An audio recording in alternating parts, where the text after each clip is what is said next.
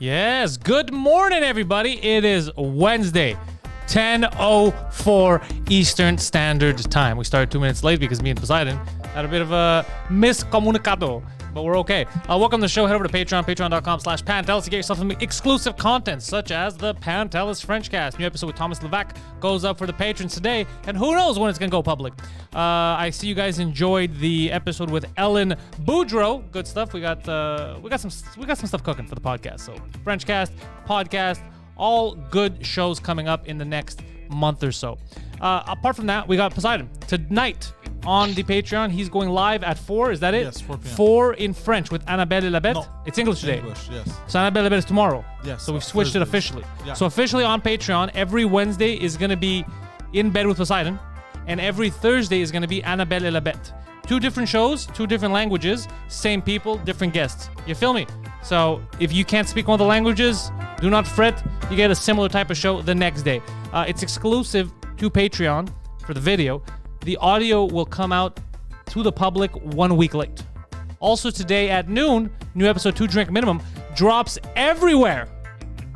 Now let's go over to the South Shore.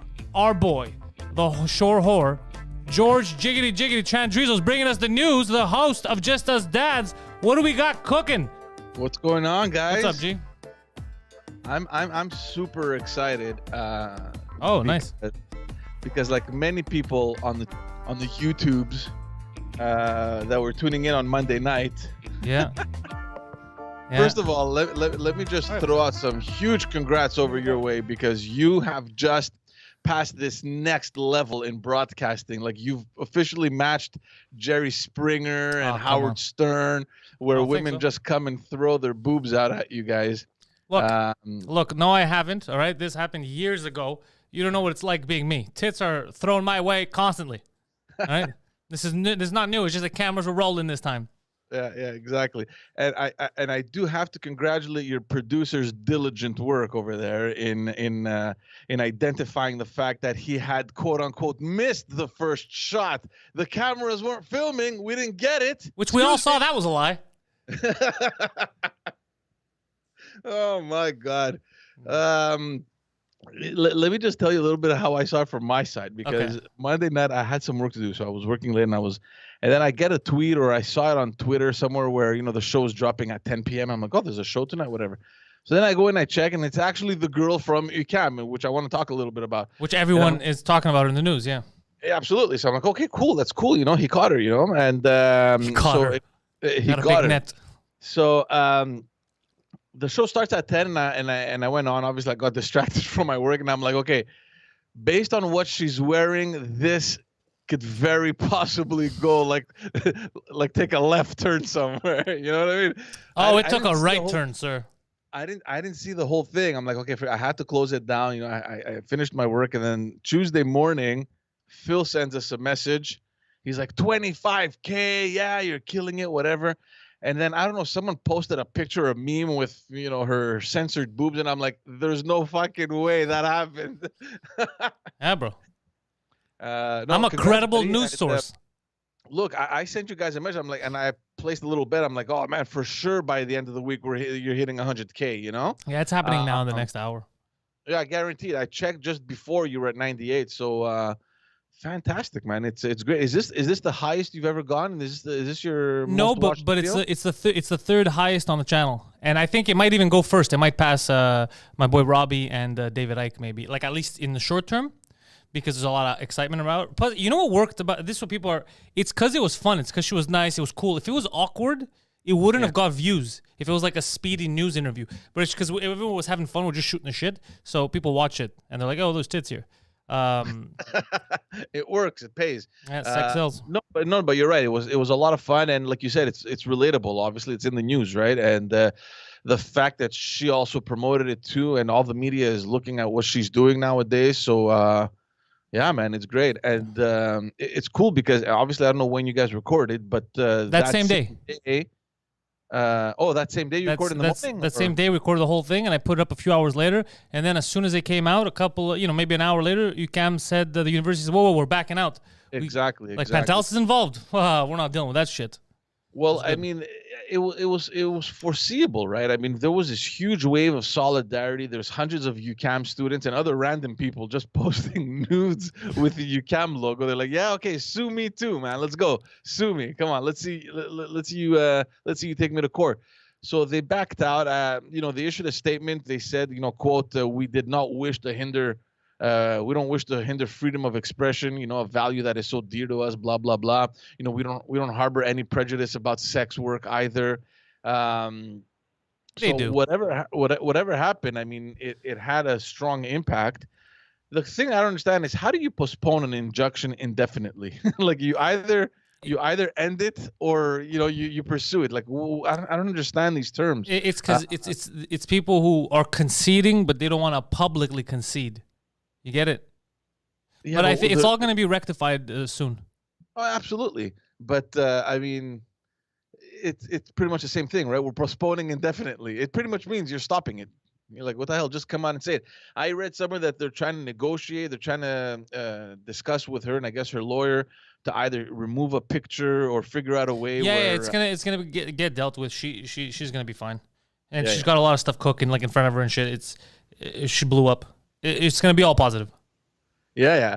I mean, talk about taking advantage of a situation like just randomly, right? I don't think she did that, and I think, because I haven't seen all the show there, but I think at some point she mentioned that I didn't do this willingly. I didn't do this for attention. I just did it for fun because that's what I do. Yeah, it And never it's exploded not like this into yet. This whole attention thing, right?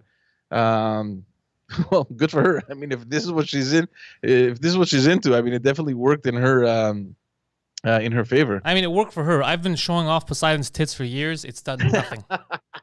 Not quite the same result. No, not at all. In fact, the opposite. People have paid me to stop showing his tits. I just found it funny though. Just out of nowhere. First of all, I didn't even know he was there. Oh, he's my new producer for the Pantelis podcast. Yeah, I didn't know that. So I'm like, okay, it's just Pantelis and the girl. And then at some point, you just hear his voice. Excuse me, I didn't get that shot the first time around. I'm wondering, fans, because people who didn't know me, who just saw it because it was shared and there was tits, all that, it's different. Maybe they didn't realize it. But fans of the whole Mike Ward, Pantelis, all that stuff, all this universe, were dying. They're like, that son of a bitch. We know he saw them. We're seeing the same thing he's seeing. Oh my god! I had no idea till after the show. Fuck, And then his okay, excuse was amazing. His excuse was like, no. The thing is, because the first time I saw them on the screen, I wanted them to be ready there so I could just look up on top of it. And I was like, yeah, you're a professional producer. Good job. That's it, man. Yeah. Can you imagine in one of those shows, Jerry Springer, excuse me, miss, can you do that again? But it's not a Jerry Springer-esque because like it wasn't like There was we no were fight, professional. there was no controversy. No, we just shut the shit. That's her thing. It's It was much more Howard Sternish. Like, you come to the show, here, take your dress off, show us what you got. But I didn't ask anyone to take it off. Oh, yeah. I did. Ugh, man. That was funny. That was freaking funny. But good job, man. It was fantastic. Honestly, very happy for you guys. Yeah, we're happy too. It was good. So, I want to know something. Legault had a press conference yesterday. Oh, God, I was just going to talk about that, a little update on COVID-19, because, I mean, if it weren't already clear, I hope that this week's developments have demonstrated to everyone that our government is completely improvising as it goes along during this pandemic. Incompétent. It's like Home Alone. It's like Home Alone. Remember? You're what the French call les incompétents. It's not about competence. I mean, they're very smart, intelligent people. It's just mismanaged. I don't know what the hell it is, man. I mean, look, let's just remind everyone watching.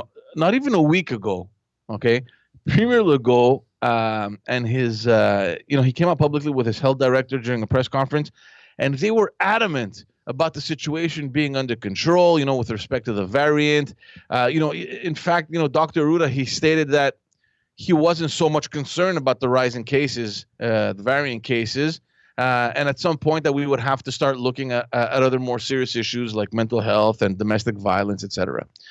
Less than 48 hours after that, so we're still in last week now, right? So they come out, they say all these things, everything's under control, don't worry about it. Less than 48 hours later, they come out and they were shutting down Gatineau, Lévis, Quebec City because the situation was out of control. Less than 4 days later, which brings us to like yesterday, the government backtracked again, for Montreal. So high schools now are back to what they used to be. So on a rotation for the Sec 3, 4, 5 students. The gyms are closed again. The places of worship are back down to 25 people from 250. Like 250 fucking people. Like, where are you going? Don't you know that it's going to get out of control, man? So back to 225 people. As of tomorrow, the traveling from different zones will be forbidden. Wait, really?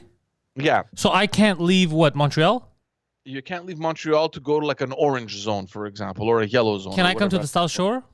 You can come to the South Shore. We're part of the greater Montreal. So they're not keeping us apart. No. They would never risk doing that. You don't want me to talk about that on the podcast. That's what we should do. We should bring Legault on the podcast. Clearly, when I bring people on, it changes everything. Just don't ask him to take his shirt off. He's gonna flash you. No, so yeah. Let me ask you, why do you make out with your sister?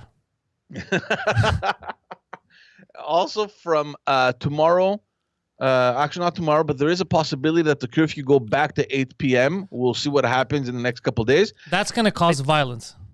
Well, look, I don't know what it will cause, but like things are out of control, and it seems that the government doesn't have any control over it.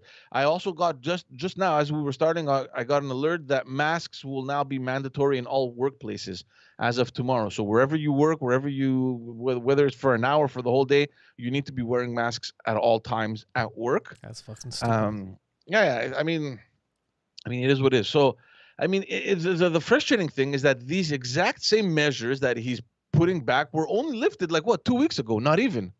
So honestly, I don't know about you guys, but I absolutely nothing makes sense to me anymore. I do not understand where the hell we're going. And we've been talking about this on several episodes. I mean, almost every episode I give you guys like a little COVID update. How many episodes have we spoken about the fact that all these health experts were sounding the alarm? They're like, dude, wake the hell up. Do not lift measures. We need more strict measures. The third wave is coming. It's knocking on our door. Look what's happening in Ontario. Well, what is happening in Ontario? And also, the excuse can't always be the wave, because then it's never going to end. Because didn't we say the waves are going to be never ending? It's always going to mutate and continue. So if that's the defense, yeah. Not really, because look what happened in the UK. The UK started lifting measures once they had vaccinated over 60% of the population, and it seems to be working. Which is logical. I mean, the majority of your population is vaccinated. Let's start slowly the deconfinement. They did the opposite over here. They had vaccinated 10% of the people, and they started, all right, let's go back to work. Theaters open, curfew at 9:30. So they started really lifting all the measures. But the curfew, especially, is completely unconstitutional. That shouldn't even be in your logic of why the curfew shouldn't be there. But nothing is logical, man. Why? It's logical to tell you. It's part of the curfew. I was gonna say you can't go out. Yeah, but that's what I'm saying, because it doesn't make sense. You can work safely in the day. You cannot work at night. It doesn't make any sense. Yeah, I think the curfew was mostly done to keep kids from going to each other's houses. It's not a valid excuse. Like I said, I had Viva Fry on my last podcast. If my neighbor robs a bank, I don't get arrested because he robbed a bank. That's crazy. You can't start punishing. It's crazy. If we start allowing them to do that to us, then we're gonna be paying for everyone else's crimes. It's crazy.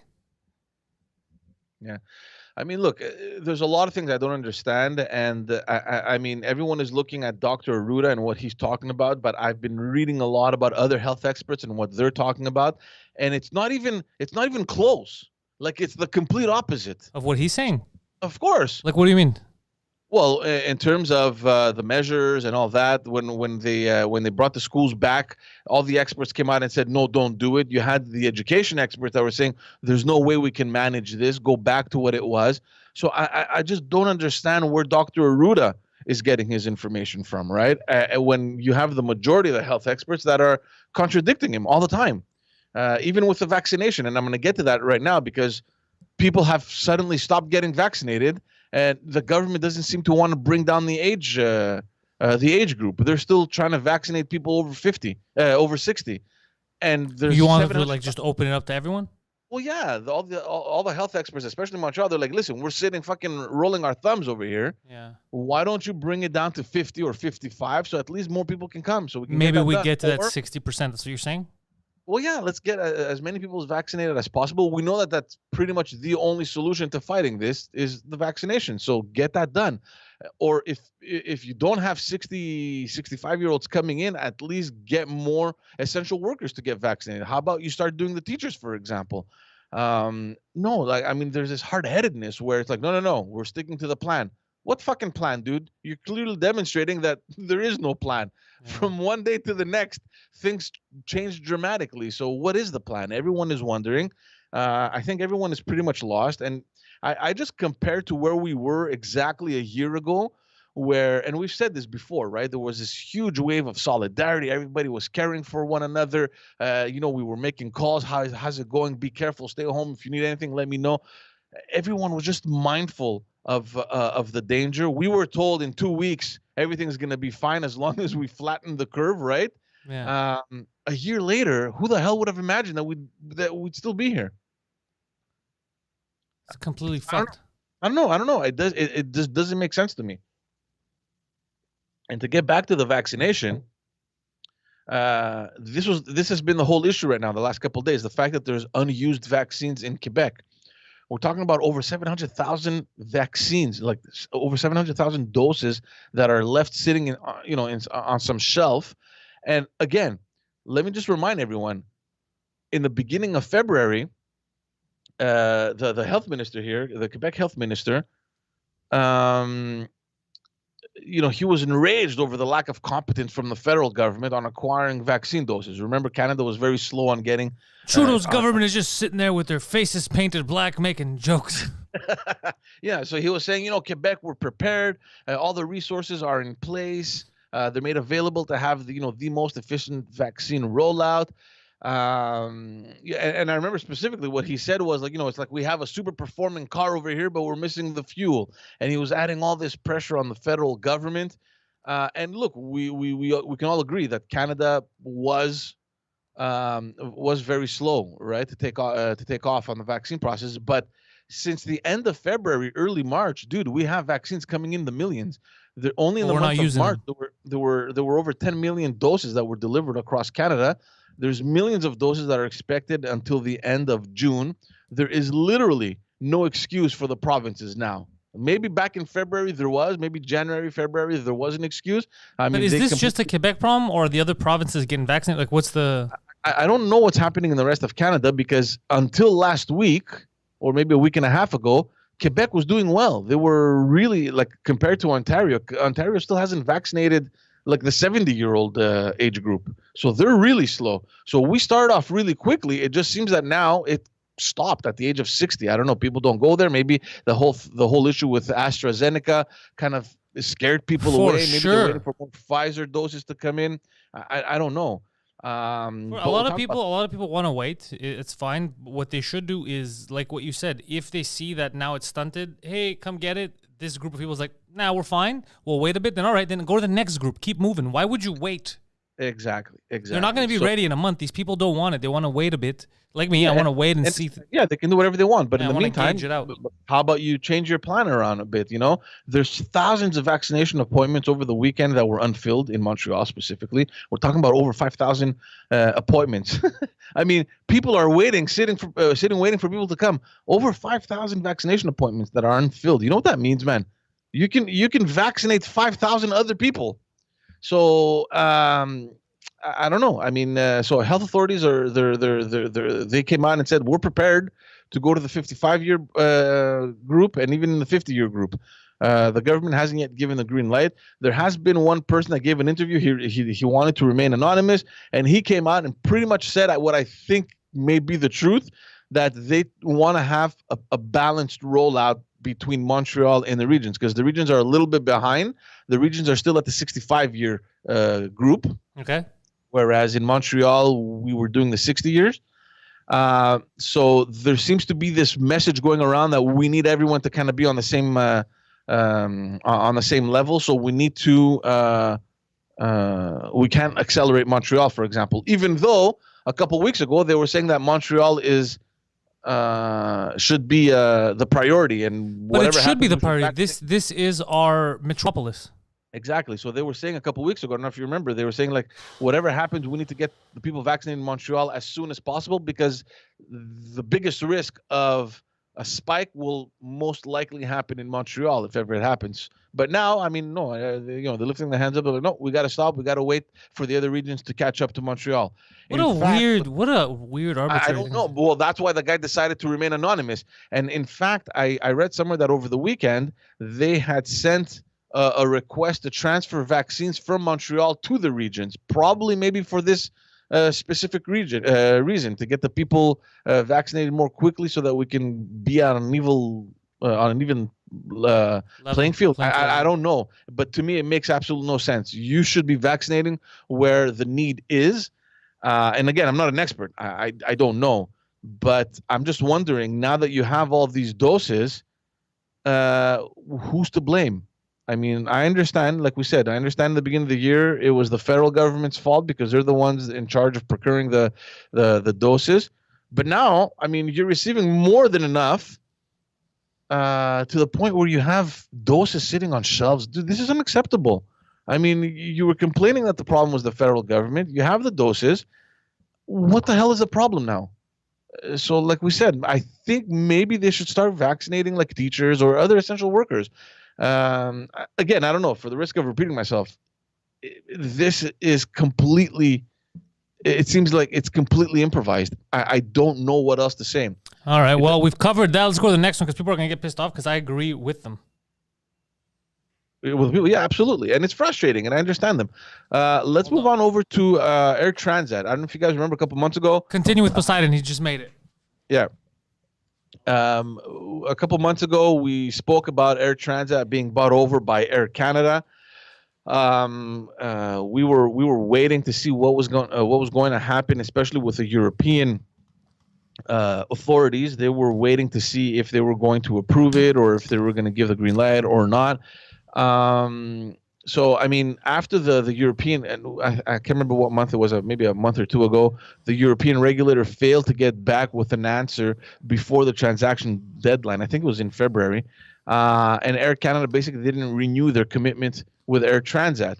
So everyone was pretty much on standby to see what the hell's going to happen now, because that they had the right based on their contract. If by the end of the deadline they didn't have any answer, Air Canada wasn't obliged to commit to pursuing this purchase, right? The transaction. So everyone was pretty much on standby to see what the hell's going to happen with Air Canada. I think it was over the weekend. Air Canada announced that it was backing down from the deal, especially after the European authorities came out and signaled that it's very likely that they would run into antitrust concerns. Okay, so basically these are just laws protecting the markets and ensuring a fair competition. So I think that pretty much sealed the deal for Air Canada. They're like, if we don't get the green light from Europe and if we're going to run into additional problems, forget about it. They pulled out of the deal. So this is a huge problem now for Air Transat. I mean, the shares have dropped down to $4, in the $4 range. I can't remember what it was. So they dropped even lower than the amount that companies were ready to pay for. I'll just remind everyone that Air Canada initially, in the initial deal, they had offered $13 per share. They brought that up to $18 per share, and then when COVID hit, they dropped down to $5 a share. Oh shit! And yeah, it was tragic, but that was the deal that was going to pass. So they pulled out. So now the stock has fallen under the $5 mark. I don't know what's going to happen. Many analysts believe that the shares will continue to drop and actually go into the $3 range. There is the question of Pierre-Carl Pelado, the owner of the billionaire Quebecer that owns pretty much everything over here, including Videotron and Quebecor and all that stuff. But so they're trying to sell Air Canada, from what I understand. No. Air Transat. Air Canada was supposed to buy it. Okay. And they pulled out of the deal. So now it's left available for everyone if anyone is interested. So Pelado had done this huge thing about complaining that it can't go to Air Canada. There will be an unfair advantage. I mean, there's no competition, blah, blah, blah, a whole stunt. He went public. He went to lobby the government and all that stuff. So now they're turning to him and saying, are you still interested? He had matched Air Canada's offer at $5 a share. Still not sure what he's going to do now, seeing that the market is completely crashing for Air Transat. There are, however, other companies that are hovering around. There's been mention of Sunwing, Air France, KLM. There's even WestJet. There's also question on the participation of the government. What will happen, for example, through Investissement Québec? This is the investment arm of the government that usually helps corporations, in different deals like that, as long as, for example, jobs are maintained in Quebec and that sort of thing. The government usually invests in these sort of things. So there's the question there. There's a huge question mark there. We're also waiting to see what's going to happen with the Caisse de dépôt. That's also a government branch, because Caisse de dépôt, along with the FTQ syndicate, together they own 18% of the shares. So everyone is kind of looking around to see what the hell's going to happen with their Transat. I don't know. It would be a shame though that this company goes under. I mean, but what a crazy turn of events. Yeah. I used to work with guys who used to work in because in car rentals, we had guys called shuttlers, right? People that take cars to and from distribution, our distribution center. A lot of these guys worked for either air companies like air travel companies like that, or some of them worked for companies that specialize just in jet fuel. All the times, what they explained to me, I'm not an expert. What happens is, even though they're in a situation like that, what ends up happening is they end up getting bought out for super cheap and then broken apart and sold for a profit. So even though there might it's a big carrier, though. I'm not so sure they would dismantle it completely. They would probably integrate it. I mean, I understand Air France is looking into it because, I mean, they have the advantage over Europe. If everything blocked Air Canada because of the restrictions they would be met with in the European markets, obviously it makes sense that a huge European carrier buys them because they're already regulated, right? So they don't care. But I don't know. I don't know. I also don't know much about the industry. I just don't want to see a company like that just fucking crash. We're talking about thousands of employees over here. And there's also the question of whoever buys it, are they going to maintain the jobs over here? I don't know, man. It's sad to see, and it's just crazy to see how the pandemic destroyed certain industries like this one. The government. Yeah, I mean, look, the airports are suffering, but the government can't do anything. What do you want them to do? Especially here in Quebec. I mean, everything is regulated from Ottawa. The borders are closed. Flights can't leave.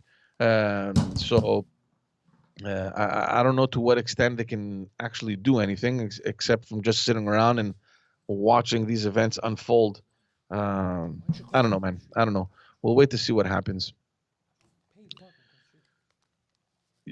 Yeah, you're good. You went to piss. Everything's fine? Yeah, no, I went to check something, but Poseidon's just, why didn't you just go across the street? I'll just pay.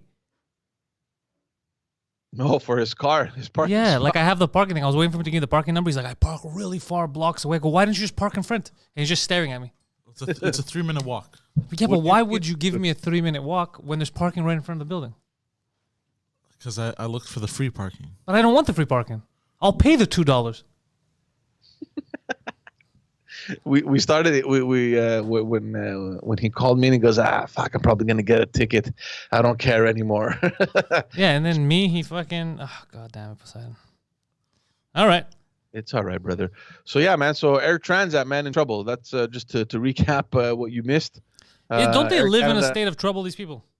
Well, Air Canada officially backed out from the deal, and now they're looking to see if Peledo is still interested. Peledo is looking at the shares that are dropping under $5, which is the initial price that he offered. Okay. And he's like, well, I offered you $5 a share. You're in the $4 range. Analysts are predicting that it's probably going to go into the $3 range. I'm not that dumb, That's so I don't know. And there's some other big carriers that are fucking like wolves hovering around to see what the hell's going to happen. Like Sunwing, Air France, WestJet. Why would all these companies be looking to buy more airlines when we're still not sure what's going to happen in the future? Didn't we say that we don't know? We're in lockdown. We don't know travel restrictions. Isn't that weird that they're willing to spend that much money? Well, look, they're looking into the future, right? Eventually, this thing won't go on forever, and there are still flights going out. Yeah. It's just that specifically for Canada, there's that whole thing about quarantining and all that stuff that that the federal government is doing. That's why I'm not But traveling. I mean, look at Europe now. We spoke about this last episode with the vaccine passports. The people that can prove that they got the vaccine, they can travel freely across Europe. So, why not? I mean, if you had the vaccine and you had all the paperwork and you wanted to take off and go to Greece or anywhere else in Europe, would you? But what if I don't have a vaccine? That's this question. If you don't have it, you sit and wait, like everyone. But even with the vaccine, even if you're vaccinated, they still, if you come back to Canada, you still have to do that stupid quarantine hotel shit. Yeah, but it's only 3 days versus 14. They're gonna run the test. They're gonna see it's negative because chances are that you probably won't catch anything if you have the vaccine. And then 3 days later, you're out. That's still. I don't know how that is acceptable. I don't know. Did you see We're that gonna lock crazy you up. We're guy gonna in lock you up for 3 Ontario days. We're gonna lock you up for 3 days like a criminal. No, but did you see that crazy guy in Ontario? He has like this tattoo on his neck over here. Yeah. I don't know what his name is. He just fucking We sent talked about it a everyone few weeks ago with fucking Phil. back.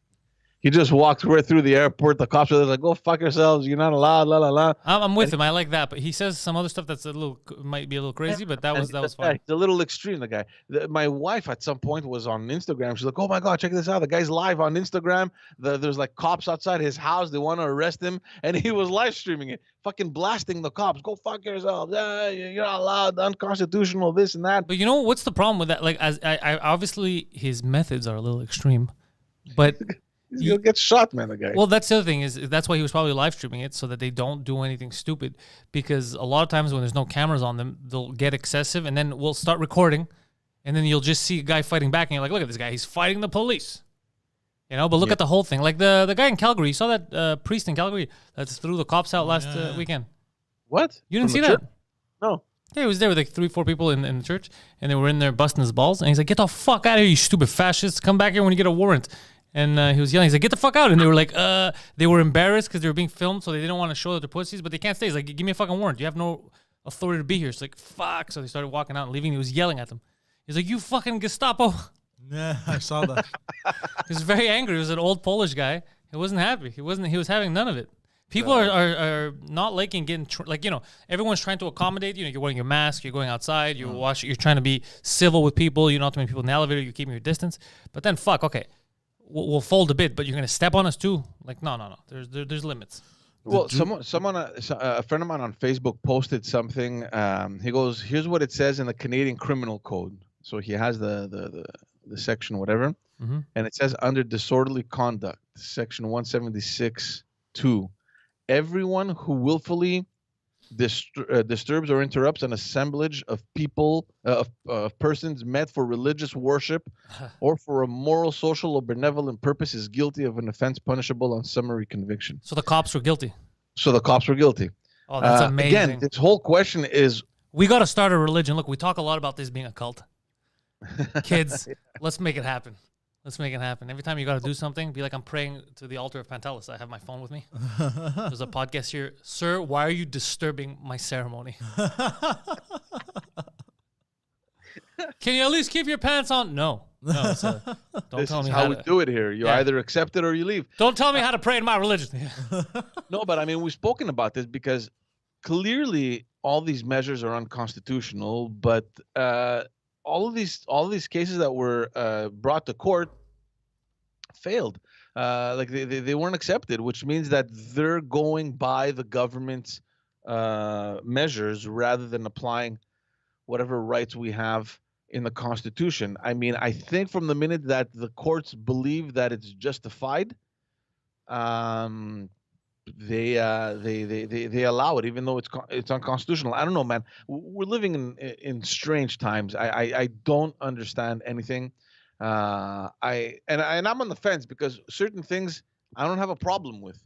The fact that there are strict measures where, for example, you couldn't go to the gyms and all that. Like, I understand the logic behind it, and I want to believe that they're doing the right thing, and I want people to respect them, because at the end of the day, we're all in this together. The sooner this fucking curve goes away, the sooner we're going to come back to normality. So just go with what the government is saying, and let's just get this over with. Well, no. But here's the thing, because people, what you said is true. People were willing to accommodate, and people are not fucking. They're not all animals. We have a lot of invisible, but they're not. People were willing. People tried in the beginning. They're like, all right, let me sacrifice some stuff. It's when the government overdid it that a lot of other people that were willing, complying, they're like, wait a second, what the fuck is this? I'm complying, and now you're overdoing it. For example, curfew is one of those things. Curfew, whether the government accepts it or not, turned a lot of people against the government, which is crazy, because what you're doing is you're at a time where you need to work together with the people, because you need their compliance in order to move forward properly. But more than half the population, you angered so many people instead of trying to. You saw people wearing their masks before the schools opened up in August, when everyone was telling you don't open the schools. Remember the summer we had? Yeah. Where people were keeping their distance, wearing their masks, businesses were open, and people said, please don't open up the fucking schools, you're going to ruin this. The government didn't listen to people. They opened the schools, this happened. I had this just thing about it. I said, this is going to happen. And I said, in October, they're going to fuck us. I put on this just thing. In October, they're going to fuck us. We're going to go into a big fucking lockdown. And then they put a fucking curfew. They fucked up. We got punished. Yeah. So no, it's of course people tried their best to accommodate, and they're still trying. But when you take advantage of someone once, twice, whatever, no, a person gets up and gets angry. Yeah, I think people are also fed up. I mean, that's what it is. I mean, a year ago when we were told, look, let's just be patient a couple of months, people were willing to play ball. Legault, I was speaking in the new podcast. If you would have said, yo, we're in this for at least a year. But George, I just people would have reacted. I just put in the new podcast that dropped today with Viva Fry. You guys check it out. So he was talking about some added note. So Legault just put up his $5 million mansion for sale, obviously, because the fucking market's hot right now to make some money. So a thing you have to remember, when he says we're all in this together, it's cool. What's the problem staying in, right? He has a movie theater in there. He has a pool, okay? His life is way different than the majority of the people watching right now that had to spend a year in a 2.5, in a 1.5 with someone they don't like, or who the fuck knows what the story is. So it's not right to do this to people when you're like, yeah, it's so easy. What's the problem with staying home? You guys don't have a theater or a pool. He's not living in that house, man. Like, I mean, let's not assume that that's where he spends his days. The guy lives up in Quebec City. That house is pretty much empty. Okay. But in Quebec City, where does he live? In a fucking trailer? Are we gonna lie to ourselves? No, he lives. There's a PM residence next to the parliament. So his life is way different than the average person in the province. Would you not agree? I agree 100%. So then, how can it be as easy when he's like, "Come on, we're all in this together"? It's not. You have to take care of the people that need it, not. Anyways, and especially now with a bigger problem with July approaching, how many people are getting evicted from their houses? That's the other big problem that we're having now. There's a bunch of articles that came out a couple days ago saying that every single year as we approach July, all these building owners, they get into these huge renovation, quote unquote renovation programs that are pretty much an excuse to evict their tenants, and because they justify the renovations, they can increase the rent to the new tenants, which is horrible because. Like, in my economic policy, I'm very conservative, but socially is a different story, and I want to put the people first, and it fucking bugs me that this shit's happening. I'm getting really pissed off. One of the places where this is happening the most is in Parkex. I don't know if you know. I know this. We have conversations about this shit, dude. It's fucking. That's why I get upset, because it's not like a distant thing. I see it, I hear about it, and then I see what they say and what they do, which doesn't match up with what's needed. And I'm like, fuck. No wonder people are pissed. And then you're like, we're gonna get all this together. People don't listen. Of course, how do you want people to listen to them? They're broke. You won't let them fucking work. You're treating everyone like a criminal because they want to take a jog at 9 p.m. because someone else had a fucking gathering. Now they can get evicted, no fucking problem. And where are they going to go? They're not working. It's crazy. It's funny because I have a cousin in the eastern townships that owns a pizzeria, and a couple of days ago when they lifted all the measures, he gets a call from like a town next to the one he lives. And he's like, I'd like to order 20 jumbo pizzas. Who ordered a jumbo pizza? The client. He calls him. He's like, I'm placing an order for 20 jumbos. So he's like, okay. He goes, are you joking? He goes, no. But just as long as you don't tell the cops about it, tell your delivery guy to keep his mouth shut. Wait, hold on. Why? He didn't want the cops to know that he has an eating disorder? No, that he has a huge fucking party happening. Why are you ratting him out, dude? The first rule of fucking Pizza Club is don't talk about Pizza Club. Yeah. It's like 20 jumbos, man. Yeah, nothing's happening. By the way, George, just a little side note, something that I remember. Did you see the interview Andrew Cuomo had on the news with this Asian lady, and she was talking about they have to vaccinate people before the businesses open, and they can't let people open businesses before they get vaccinated because that's a little crazy. You didn't see this video? No. I saw it. I don't know where I saw it. I wish I could pull it up. I tried finding it. Is this like a weird, like, is the first world going to turn to the third world in 2 years? Everyone else going to be working industry. Us, we're not allowed to touch anything. We're going to be living in like destitution. Like, what's happening? It seems like it. Yeah, it's crazy. I'm gonna try and pull it up, but if so her argument was to vaccinate everyone before businesses should open, right? They have to get the vaccinations as soon as possible. They have to use that as an excuse for people to open up because people can't take it any longer. She was saying so, but if they open up before they get vaccinated, everyone's not gonna want to get vaccinated after. So. Well, I don't know how much sense that makes because right now every business that you walk into, they have that soap thing, the hand wash. So I mean, the sanitizer. I think it's a little exaggerated, but you know what the thing is about the U.S. I'm not really concerned. I mean, the vaccine rollout is crazy in the U.S. They just reached 150 million vaccines administered. It's a huge fucking machine over there. They're efficient, Yeah, they're doing a huge job. I mean, Biden had come out and said that his goal was to reach 100 million people vaccinated in his first 100 days. They're blowing that target. They're doing fantastic work. I mean, they have drive-through vaccinations over there. You pull up, you open your window. I didn't know that. That's actually I didn't know that. That's actually funny. Yeah. They pull up. The they have these mobile vaccination places. You pull up, you drop you roll down your window, they vaccinate you, and there you go. But again, the U.S. has this huge industry, right? I mean, they're popping out vaccines in the millions, whereas here in Canada, we're waiting to see who's going to deliver them to us. You know, that's also another thing that people forget. You know, when we talk about the Canadian dollar versus the American, like I hate on the news here when they show that they're happy that the Canadian dollar went up and it's matching the U.S. dollar. That usually doesn't fare very well for Canada. No, that's what people forget. It's not a competition of what's higher. You have to understand that what's better for us as a country and to make money is for us to be lower because we manufacture a lot of the same stuff. Just we can't do it we're not as many people. We don't have the industry that the States has. So what makes us competitive to other countries, to the States even, is the price. So when our dollar's lower than them, people are like, yeah, okay, it's going to take a bit longer. We won't get as much, but I'm going to save so much money. It's worth it in the long run. So we get the business. The second it's on par, people are like, well, if I'm paying the same thing, I might as well get it more efficient and faster and a lot more of it. So we get fucked. So our industry gets hurt. So it's, because every time I see it and they're happy, I'm like, why are you happy, stupid? People are going to lose their jobs. Like, that's not the way it works. You know, we can't compete with their industry. Yeah, they're 10 times the amount of people we are. Yeah, like I can't charge $100 a month to see Poseidon's tits just because a model charges that. Poseidon's tits are not as high on demand as that model's. You know what I'm saying? It'd be crazy. Bro, you don't know what kind of demands I've been getting in my DMs. Show moi le nipple. Who put up that picture with Poseidon, the UCAM logo? I put it up. Yeah. Montre-moi le pepperoni. That was oh, dude, the first time I saw you without a shirt was when you guys did that video. What was that music video that you guys... Childish Gambino, yeah. I was 290 pounds then. Yeah. Dude, that was the funniest shit I had ever seen in my life. Because he came out of nowhere. I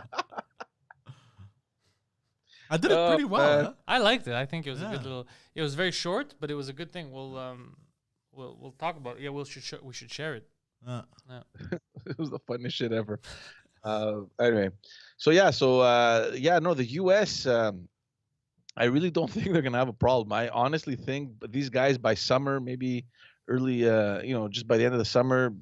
I mean, if they're already at 150 million people vaccinated, they're just halfway done. So I don't know if it's the first dose or if it's the second one included. I don't know the details there, but after the election in the U.S., I stopped following. Honestly, I'm like I kind of disengaged. You found a new reality show to watch. I think I'm on a detox from U.S. politics. But that's happening in the news too, dude. Trump was holding everyone up. No. Everyone's like, yo, the best character died. Fuck that. Yeah. I'm not watching that show anymore. How do you kill him off? Yeah. That's what happened. He was the whole show. Now we got this guy doesn't know where the fuck he is. Fuck that shit. Yeah. That's what happened. Go ahead. I've been detoxing myself just from news in general. Like, fuck that. Yeah, Focusing man. on I mean, myself. it's just negative. Honestly, like if you start following the news, it's. I think it's almost automatic that you're gonna start getting frustrated. This is what the media does. I mean, You know what though? Trump did something right. He was talking about the rollout, how Operation Warp Speed was actually going to be efficient. He was fucking right. They set this up. It was really efficient. Yeah. The last thing he did in office could have been better. He could have like pardoned Assange and shit like that. But at least this stupid Operation Warp Speed, the dumbest name, it's actually efficient. Assange? Julian Assange. You don't know who Julian Assange is. No, I'm gonna Google it right now. Yeah, you're not going to have time to catch up a couple of years and figure out what I mean, but it's okay. You don't have to Google him. But yeah, Operation fucking Warp Speed. What happened to Space Force shit? Are they still doing that? I have no idea what the hell they're doing. They do need... I understand going to space. I understand if your enemies or potential threats are in space and they could shoot shit at you, you should be there too. I get that.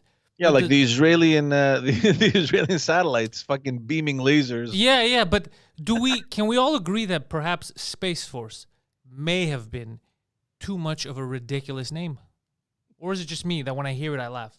Yeah, it's like this. He's thinking of a movie. Well, we're gonna do an action movie, Space Force. We're gonna rule space. I mean, Yeah. Oh yeah, by the way, I heard Gorbachev that they were talking about in the chat how people the MLB moved the All-Star game. Yeah, they brought it to somewhere where people can attend. Is that it? No, it was supposed to be in Atlanta, but I think Georgia passed a law that people are like to have ID when you vote. Which Right. I love seeing Canadians that get mad at that. They call it racist. When here too, you have to have your ID. You can't vote without an ID. So Canadians Exactly. should keep their fucking mouth shut because that's ridiculous.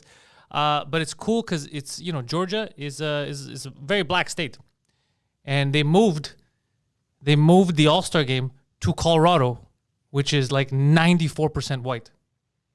But what was the purpose? It is Why did they do crazy that? because they said it's racist to put that law in to ask for if you ask for ID for voter registration and shit like that. So MLB Took is a making- stand. They said we Okay. stand with the black community, so we're gonna move the All-Star game somewhere where it's really white. It's but everyone's reactionary. Everyone's reacting. Everyone's reacting. So no one's putting thought into it. I don't know. It's fucking crazy. Crazy times we live in, bro. Not that anybody gives a shit, bro. Like, you think that's what they cared about in Atlanta? They're like, oh no, the MLB's gone. There's bigger fish to fry, bro. Like All kind, like life. You think a guy, he's working every day, he's like, oh no, my life is ruined because the MLB All-Star game is going to Colorado. Like, he gives a shit. but even Is there a baseball team there? Do they have a baseball team? Are there baseball check. fans in Georgia? Huh? Atlanta. Is there a baseball team? Yeah, the Braves. Oh, the Braves. Okay, yeah. Yeah, no, they Yeah. have the Braves. Yeah, they have baseball, of course. there's the Bulldogs, the Pirates, the Panthers. But anyways, all that it's fun because it looks like it's just two racist powers fighting each other, like this whole voter registration thing. Yeah. Like people who are visible minority are too stupid to get IDs to vote, and the other one's like, no, they should get. Like, they're all basically saying racist things but calling the other side racist. It's fucking insane. It's fucking insane. I'm curious because I've been following a little bit what's happening in Georgia with the voter registration, and I've always wondered how the hell does it work? They just get a voter registration card and they just go vote with that. Like, they don't need IDs. Like, I mean, we're so used to how it works here in Canada. Where you need pieces of ID. Yeah, but that's why we know here that you can do it even with basic pieces of ID. The problem is everyone, like especially in the States, depending on what state you are, everyone's fucking reactionary. So instead of thinking of the logic behind it, same thing now with guns, right? When they're like, well, maybe we should make sure every state should update their shit so that there's a thorough background check and this and that. And they're like, what do you mean back? Like, what are we talking about? Anal swab means like, no, that's not what we're fucking talking. Like, everyone gets super reactionary and they don't sit down and just go, okay, I'm not against you. Let's just see where we could. Like, ID for voting, That should be mandatory. That makes sense. And then if there's a problem, if people are having trouble getting ID, then you tackle that. You're like, oh, what the fuck's happening? Hold on. Why the fuck can't people get their IDs? Why aren't we tackling this problem? You know? So no, I'm just curious to see how it works. I mean, do they just go with whatever voting card they get by mail? Like, how does it work? Because here you get a voting card by mail here, but it's not enough for you to go vote. They need proof, additional proof. So I'm just curious to see to know how it works over there. I don't know. But hold on, how do people have a hard time getting an ID? Well, that's another debatable thing. They say sometimes, oh, people of color, they come from different means. They don't have a driver's license. They don't have this. It's like there's a whole thing. And then the argument that was, when this came into light last time, one of the arguments was one that should have never made. They go, well, if they're here illegally, they can't get it. Yeah, don't say that because they shouldn't be voting if they're there illegally. That's not like, so that's the, it's just, if there's a real problem like that, which there probably is, then tackle that. You know what I mean? If you're telling me that people don't have jobs here and they're hungry, I'm not gonna be like, all right, don't worry, we'll go. After all, I gotta be, wait, what's going on? Why are people stopping from, like, let's look into this issue? Because if you can't get a basic ID and you're a citizen of a country, then somewhere there's something fucked up with the country, and you got to figure that shit out. Like, what's going on? Heavy. Yeah, you got to figure that. You got to tackle the problem. You can't just sweep it under the rug and then call everything racist. Like, figure out, bro. It might be racist. It might be they're being treated fucked up, and that's why they're not getting it. So fucking fix that shit. Don't swipe it under the rug. That's a fucking real problem. Because you need ID for all kinds of shit. You know what I mean? For cars, if you want to rent something, hotel, like you need shit like that. So if you're for one reason or another, people are getting blocked from access to that, tackle that. You know, and I don't think the MLB moving and it's gonna help, and nobody gives a shit. But in the U.S., don't they have like state IDs, like kind of the equivalent? Well, we don't have that over here because we have our Medicare. We have our not all the states. Not all the states. Because here's the thing. Let's say driver's license, right? Let's say, what if you don't drive, so you don't need a driver's license? Yeah, but what I'm saying is that certain states just have an ID, like like the state of California, whatever. But what you just said is a progressive idea that they could be talking, but they're not. That's what I'm saying is they're not talking about that. That they're just like, well, they don't have it. Doesn't. No one's trying to make things better. Everyone complains, says the other guy's a bad guy, the other guy's a racist and that, and we get back to square one every couple of years. If there's a fucking problem, fix it. Like, what's going on? Okay, you're saying that people, the only ID they can have is driver's license, but not everyone's driving. So fucking have a state ID. Be progressive. Do something. Especially don't since just stop people from voting. Yeah, especially it exists in other states. Yeah, don't just stop people from voting even some provinces here have a provincial ID. Yeah. Like I think it was BC or Alberta. Like when I used to work in car rentals, sometimes they're so identical. They would mix them up. They would give me the provincial ID instead of the driver's license. But to compare to here, also we're less people, so it's easier to roll stuff out. I'm just saying, make an effort instead of always fighting. But are these election laws happening in other states as well? Well, no, because it varies. I think state to state. That's the issue. This is what's weird about the states, which is good too, but it's weird that, because I like the states having power, so that the federal government can't always step in and do crazy shit. They all have their own jurisdiction when it comes to the election. But the problem with that is let's say in one state, even if you try, it's very hard to fuck around. In another state, it's a circus. Yeah. You remember what was happening with Florida? Remember when Bush didn't really win, and remember all that shit? Like, yeah. There's no a single electoral law, like a federal electoral law that would apply to all states. It's ran individually, separately in all states. But I'm just wondering, whatever's happening in Georgia, if there's anything similar to that happening in other states. There probably is, but it's also like I just see Christine post in the chat. That's actually one of the problems, is verbiage like that. So voter suppression laws, right? So they're calling, let's say, people need to have IDs to vote. It's fun to call something voter suppression law, so you could go against it. You're suppressing votes, but that's just because you're using that terminology. Wanting to verify someone's ID so they vote, you're not suppressing someone. If you're saying you're suppressing them because you don't think people of color can get IDs, then that's another issue of how you think of people. And also, you have to, again, look at the state. What's the problem? Is it because you only have driver's license? Do you need state IDs? You need to be progressive, not just say, oh, it suppresses someone because he can't. That's crazy. Can I do that here in Park X? Remember when you were running? Can I go without an ID and be like, don't judge me, let me vote? Can. In fact, provincially, it's even more strict than it is federally, because provincially you have a deadline by which you need to register if you're not on a list. which is usually about a week or a week and a half before the actual day, the actual election day. Whereas federally, the actual day, you can go to any voting station and register on the spot and vote. Yeah, here too it's a little bit different. But yeah, you absolutely need a photo ID and a proof of address to vote here. Yeah, I remember. Which the license normally covers that. But what I'm saying is people who don't have licenses, let's say in the States, because we have a Medicare card, like we have different options. So let's say they don't have a Medicare card. Let's say you don't have a driver's license. You're 22 and you want to vote. You kind of get fucked, no? You mean here or in the States? I'm talking about the States. Yeah. That's what I'm saying. If you don't, that's why there should be more progressive ideas, not just stop, you can't vote, you could vote, you can't. It doesn't help. Well, there's definitely something in place where people do vote. I mean, there 18, 19, 20-year-olds vote that don't have a driver's license. But that's the thing. So there's forms of idea. So if you have to go out of your way and you can't. So for example, what they're saying is there's a lot of people who they want to vote, they're willing to vote, they educate themselves in it, but because of the situation, they don't have, like, let's say a driver's license or whatever, a valid form of ID, a passport, to be able to vote. So they're saying now it's mandatory. You have to show one of those. So saying, okay, well, there's a huge portion of us that don't have that. What do you want us to do? So that's why I'm saying there should be an idea of either state ID, you progressive, instead of just closing the door and being like, oh, you're against black people. Oh, you're against this. You're against it. It doesn't help. You could fight all you want. We saw what happened. It doesn't help. It's strange the way they're going about this. Instead of thinking of a solution, they're thinking of, okay, well, let's change the electoral law to accommodate. It is strange. Like, because wanting, it's like for guns, for example, right? Gun ownership is going up, so clearly people have IDs. But don't you want checks and balances?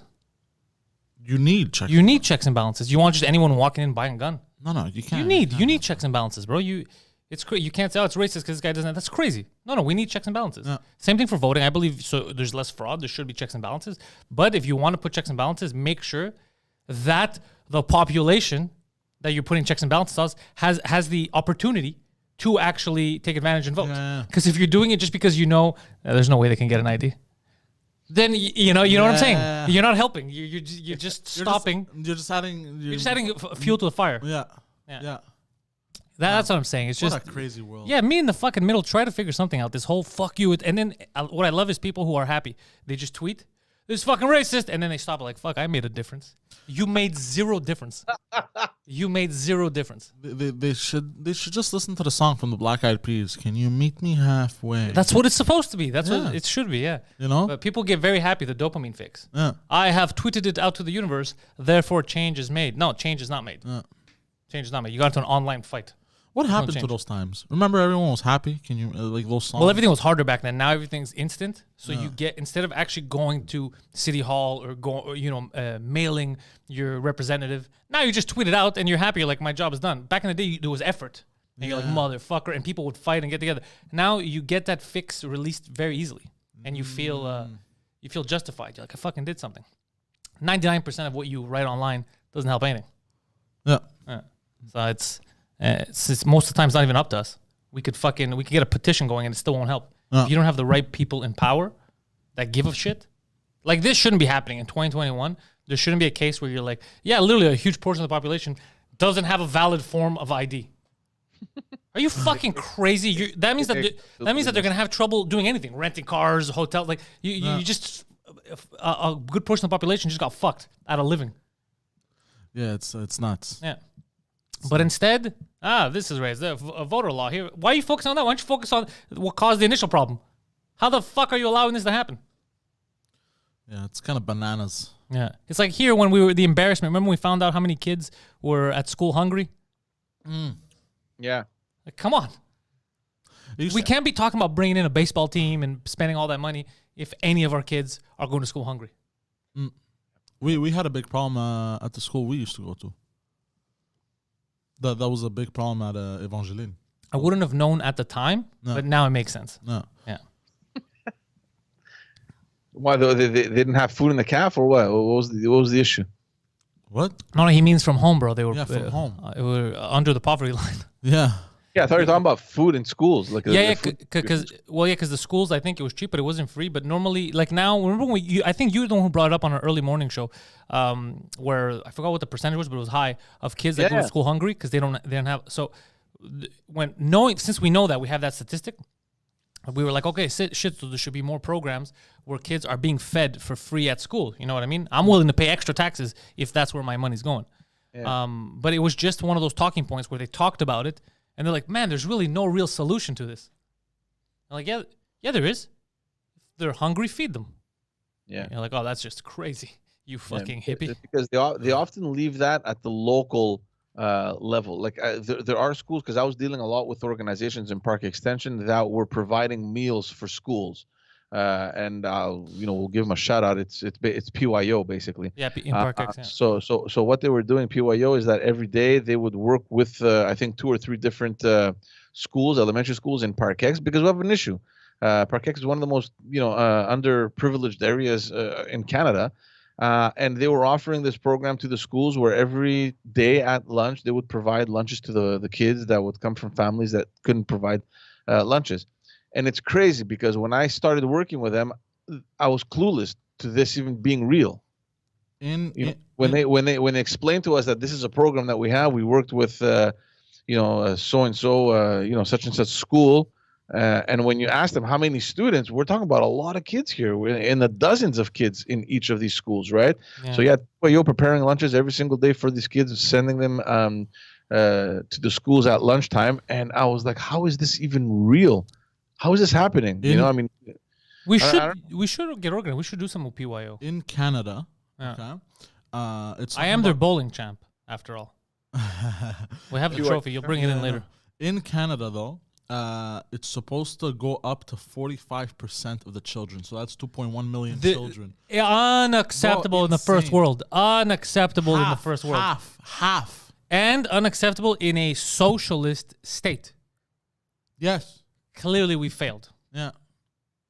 I think the number it's coming back to me because the number I had was 30, a little over 30%. I had interviewed. Even still unacceptable. Yeah, no, of course, still unacceptable. I had interviewed Pierre Legault. He's the. Unless the children are Swiss, they should never go hungry.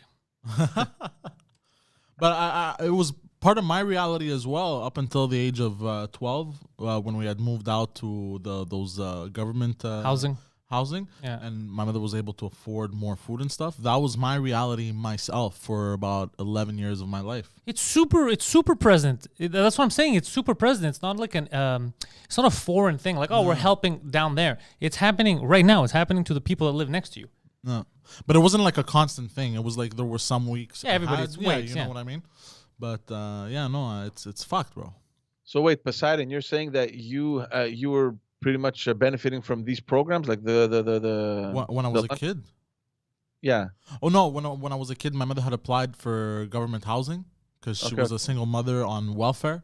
So no, but I thought you were talking about the food, like you. No. It's just we moved into those, my mother, and you have more income because your rent is lower. Exactly, more income, so she was able to get more food and stuff, and then finally we were able to, But for the longest time, we didn't even have furniture. Most of the furniture had rotten away. We slept on the floor for a couple of years in the basement up until we moved out. So it's rampant, dude. It's not. They just don't talk about it. They talk about other stuff. But the reality is that a huge portion of the population not just is struggling, but also the kids, because of the struggle, right? It's trickle down effect. They're a little bit hungry here. They're a little bit, missing something there. And we focus on the dumbest shit. That's why every time I see, like, we'll bring in the baseball team. We need to get taxpayer money to, I'll help you guys bring the team here. If you give me another couple of $1 million, like, you fucking assholes. You have the balls to ask for more taxpayer money when we're living like this. You fucking cunts. They don't care, bro. Yeah. They don't care. They don't give a fuck about their people. That's the truth. They don't. They just care about their pocket. Yeah. And now, but I mean, from the government's perspective, because it's obviously something that I've experienced, they rely a lot on community groups doing these jobs. The problem is that they don't fund them enough either. They're like, oh, okay, yeah, there's issues with meals and kids getting their 3 meals a day. Well, we know that there's a lot of organizations. I have a question for you, George. I'll cut you off right there. They're waiting for community groups. That is interesting because community groups, right, a grassroots movement, you take care of very libertarian type of thinking, right? You take care of your neighbors, you take that. Socialist, which is what we're supposed to be here, right? We say that it's the best way to do it. It's the government that we're all paying into that's supposed to take care of things. So it's interesting that the government, after taking everybody's money, then goes, no, you're independent. You figure out in your communities. Very interesting that when it suits them, they change their political view. I mean, look, they fund them, right? I mean, there's a lot of programs out there. I'm using air quotes on fund them. Yeah, no, exactly. I mean, definitely it's not enough, but there is a significant amount of money that is invested from the government towards the community organizations. But the problem isn't that. The problem is that, the argument that always used to come from the government side is that, well, you're so many, we can't really help all of you. I mean, we have a limited amount that we can provide, and instead of looking at why is there that many organizations, why is there so much need for these organizations to exist? But right? hold on, George. We can't help all of you, but you all have to pay taxes. Exactly. We can take all of your money though. they help all of them in the sense that we'll help you all, but the money you're going to get is going to be much more reduced than if you were like 3, for example, where you'd get a much bigger share of the pie. We have important things to deal with, such as fancy lights on bridges, millions of dollars spent on a marketing campaign for COVID, in case a lot of people just walked out of their house and they're like, why is everyone wearing masks? Yeah. Bro, this is why I stay away from, bro, the rage that comes up when I hear and see shit like this, bro. Fuck, man. Yeah, I'm starting to think that the problem, even though we are highly taxed, it's a bit much, but the problem isn't just that we're highly taxed. The main problem is the way the taxes are distributed. I think it's a competence thing. First of all, here in Quebec, we have a lot of public servants. Yeah. Like, there's a lot of money that goes to pay these fucking people. We don't need that many. There is a huge problem. And I think I've even told you guys this. When we went into the government in 2014, there was this huge study that was done by one of the ministers to know exactly how many, how heavy the public service of Quebec was. Nobody had any clue before that. Imagine. So it took the guy like a couple of months, actually, to figure out the number. And if I remember correctly, there was like 1.8 million or something like that, 1 million, somewhere close to 1 million people in Quebec that work in the public. We're talking about public, parapublic, like everything that's considered public service. 1 million people, dude. So it's a lot of fucking people. How many people live on the island of Montreal? On the island, what is it? I'm gonna Google it right now. Hold on. It can't be more than 2 million. 1 point something, 1.5, 1.6. Because that's how I'm gauging whether this is a big number, since it's the big city. I think totally, like Montreal with all the suburbs, like the greater region of Montreal, is a little over 2.5 million or something like that. Then that 1 million public servants is huge. Almost 2 million. Oh yeah. On the island or the greater Montreal region? Hold on. We're 22% of the population in Quebec. That's a big number. 1,942,000. Yeah. Okay, so the 1 million is huge. Yeah, that's a big number. Imagine. Imagine. You know what I mean? Like half of the people living in Montreal work for the government. Like, it's a huge number. So, and there was a strategy put in place back in 2007. Imagine that, where the government passed a bill to replace only 1 out of 2 or 3 public servants that were retiring. And we had reached 2014 when this exercise was done, and we were above 1 million people. So imagine how long it must have taken during those 7 years. Wow. To reduce it. Imagine how many we were back. So it's a huge issue. The bureaucracy here in Quebec. It costs an enormous amount of money to taxpayers. But guys, I'm telling you, just to go back to the community organizations that I worked with, it's devastating when you really work closely with them and you see the quality and the level of work that they do and the people that they affect, whose lives they affect. It's crazy to see, because you can be living in Park Extension and be oblivious to this even existing, but it's there. And there's a lot of good people and a lot of organizations doing a lot of good work, and unfortunately, they're underfunded. As the greatest bowler to ever participate in a PYO bowling tournament, I feel like perhaps we should reach out beside it. Maybe we we use some of this clout, raise some awareness, do some shit. Why not? I can put you in 100%. contact with Joanne. She's the director there at PYO. She's great. Don't worry about it. I'll contact the brow. I'm all for this. The brow. I'll contact the brow, bro. I'm all for this, helping out and stuff. Yeah, it'll be good. Plus, I believe as their, I think undisputed, but in their eyes, disputed bowling champ.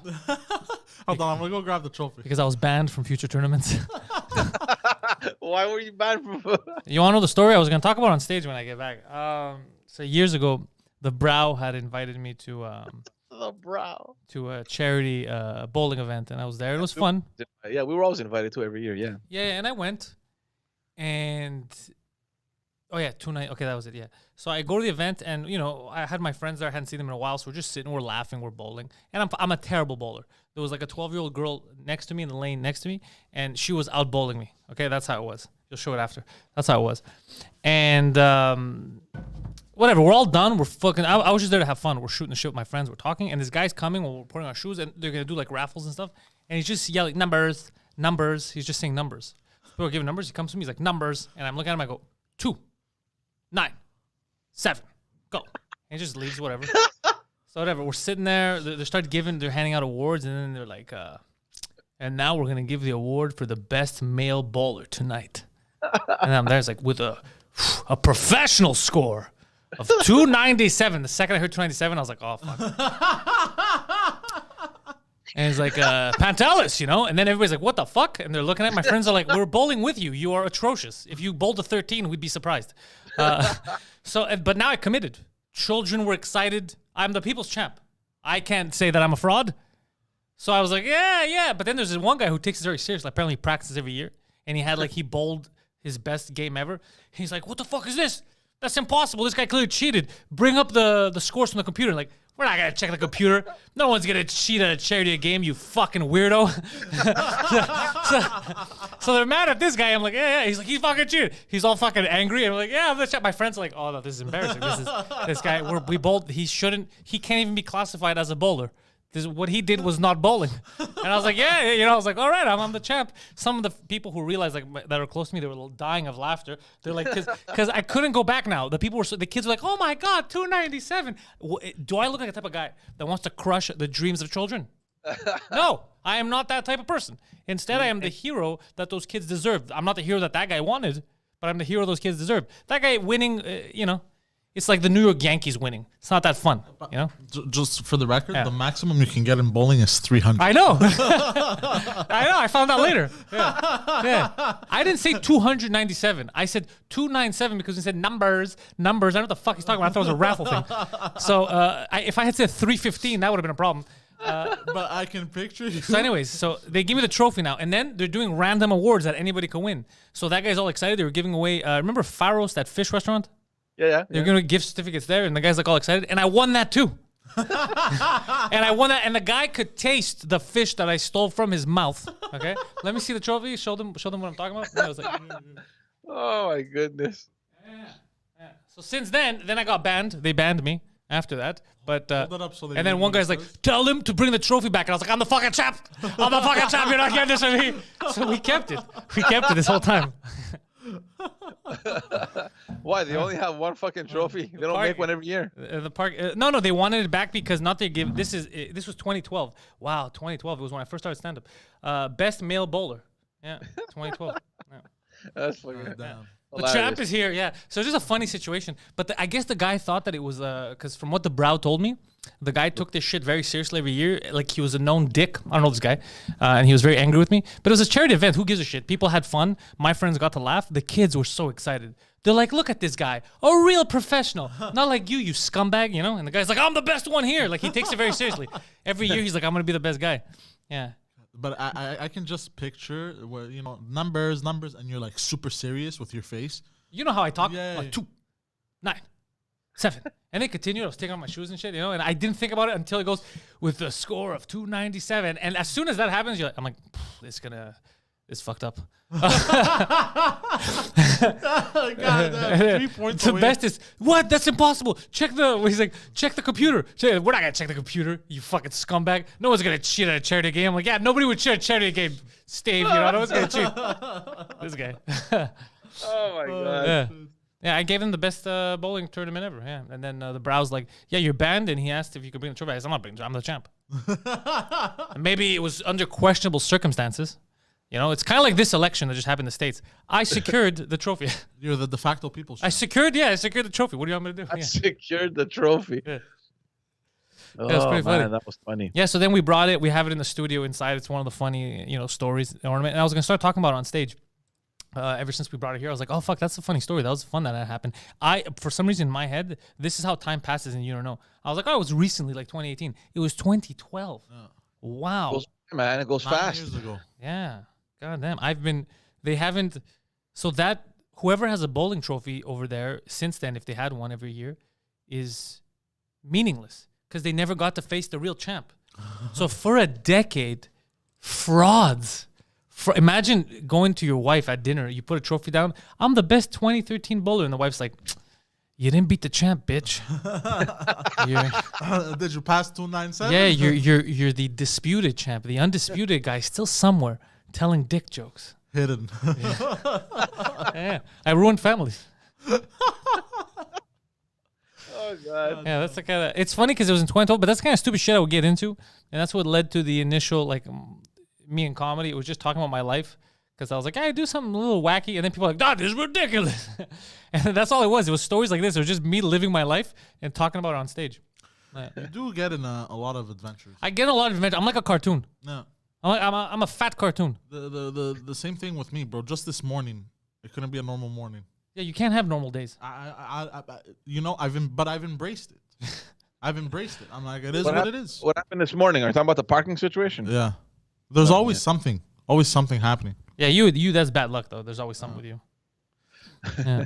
So the champ. We should walk in when we go. We'll do something with him. We should walk in with. I walk in with sunglasses. You're next to me with a coat and sunglasses, and you're holding my trophy. And the champ is here. With the white gloves. Yeah.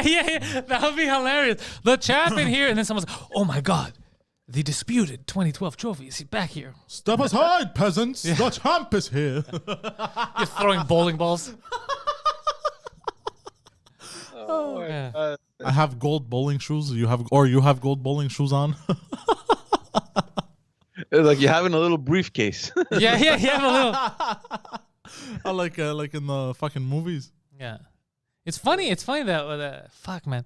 These are all my little misadventures like that. It would make a funny movie. Yeah. Like an hour and a half of just like, these are things that happened to this fucking idiot. And just have those. It's so ridiculous. I can't remember what the guy looked like, but I just remember his anger. Check the computer. And like, shut the fuck up, bro. It's a charity game. No one's going to cheat. Check. People were mad at him. The guy was rightfully mad, but he took it too seriously. Yeah. That's what made me double down too. His attitude. I was like, you know what? Maybe I would have admitted that I'm a fraud, but no. You are too cocky, sir.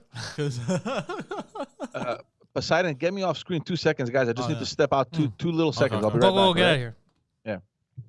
2 seconds. Poseidon. So yeah, that's it looks nice in the studio. Huh? It does. It looks very nice. But you guys can't see it on camera during the Pantelis podcast. It's on the side. Like we have this whole we've erected a shelving unit to showcase gifts that guests bring us. My various victories, and that's pretty much it. And a sword, and a giant sword that Poseidon got me for Christmas one summer. One Christmas, one winter, and he got. What did you get, Mike? You got Mike the samurai sword. Yes. I got Mike the samurai sword. I got you the goblin killing sword. Sting. What? Sting. I think it's called Sting. Sting. It lights like up the wrestler. No. Or like Sting from the police. Frodo Baggins' sword. It kills. Yeah, it's called Sting, and it lights up blue. Because you're always murking SJW goblins on Twitter. Like this. Like a fish. Got them like petite poissons. I thought it was a nice, like a nice, thoughtful gift, that's very you. Yeah, it was me. I liked it. Yeah, I got you a cup and stuff. What I get you? I remember. You got me a PlayStation cup. What happened to that mug? I still have it. Good. I drink coffee from it. I have. You got me a hoodie that says "Fun fact, I'm gay." That's a good hoodie. That's the most comfortable hoodie you own. Be honest. It was a girl stole it from me. All right, I'm gonna flip this fucking table. A girl that I was dating liked it a lot. She's like, it's so comfortable. She would sleep in it all the time, and one day she just left with it. Fun fact: is she the gay one? No. No, I don't appreciate it. Wait. Hold on, I don't appreciate this. That was a thoughtful gift that I had custom made. Yeah, I know. I had to go to Laval. I had to go to Carrefour Laval to a store that prints shirts and tell a man, yeah, I need a sweater. It says "Fun fact, I'm gay." He just stared at me. I was like, real fun fact, I'm not gay. But the guy I'm getting this for is gay. You feel me, dog? He's like, yo, I don't care. I'm not gay, but it is funny. Yeah. It was on 2DM. You guys, we gave those gifts out. It was the Christmas episode. And it was last year before this 2019, pandemic. Yeah. And Mike got me the Sega. Ah, yeah. That was you remember my reaction to that? Yeah, that was a fucking smart gift. I can't believe I didn't even think about it. Yeah. And then, Mike's always that one step ahead. Yeah, and then we had that New Year's episode. Oh yeah, we had where you made out with that chick. Yeah. Live on the show. Yeah, we started the episode like that. Which right after the show, I went and found her, bro. I know, I remember. You were like a bull. G-Funk, what kind of other news you bringing us, Gigi? Yeah, well, we were talking about the U.S. And I was looking into the remember last episode we talked about that vaccine passport that we were all against contemplating here in Quebec. Yeah. And I looked to see what's happening everywhere else. And in the U.S., it's funny that yesterday they came out publicly and they said that they would not impose a vaccine passport. They were claiming the protection of individuals' private information and, of course, concerns over possible discrimination. So, I mean, look, the decision in the U.S., this is funny because over here, it seems to be the same thing. The only difference is that the government is actually considering it. But in the U.S. as well, there's a lot of criticism, especially from the private sectors that want their industries to get back on track. So they've been pressuring the government over there. The U.S., the government obviously came out and said, forget about it. It's not happening. I'm just curious to see how things will evolve here in Canada, and more specifically in Quebec, because the health minister has indicated that this thing is probably going to be necessary if we want our businesses to get back on track. So it's just strange because usually we're on the same path with whatever happens in the U.S. And in this case, the U.S. has taken, in my opinion, the right decision. So interesting to see now if we're gonna change the discourse or if we're gonna stick to our guns and still consider it. So I'm curious to see how that whole thing is going to evolve. Yeah, I don't think that it's constitutional, but let's see. No, this already the curfew has frustrated me enough, and I'm sure it has frustrated you as well. If we're going to need this kind of shit now to get our lives back on track, then we're talking about a whole other level of unacceptable. I don't know. Look, we're not going to get into that. I mean, we've spoken about that enough, but I just wanted to bring that up. They would say. What'd you say? We've spoken about it in tandem. Yeah. But I just wanted to bring it up because it's interesting what's happening in the U.S. It is interesting, and normally we follow suit. What happens? Oh, hey, I didn't see you guys. You're gonna sit like you should sit like. Look, I just want to tell all the kids watching: practice hard, every day, couple times a day if you can. Live your dreams, dream your lives, do all kinds of stuff like that. One day, maybe you'll come close to being a champion. One day, maybe you'll come close to standing next to me, like physically close. And you could touch the trophy and feel like a champ. But you will never be the undisputed champ. It's just one. It's this guy. And this may have been won in a bowling tournament, but it transcends bowling. I believe this makes me the world heavyweight champion of boxing, mixed martial arts, podcasting, and voter registration. You should carve out your score somewhere.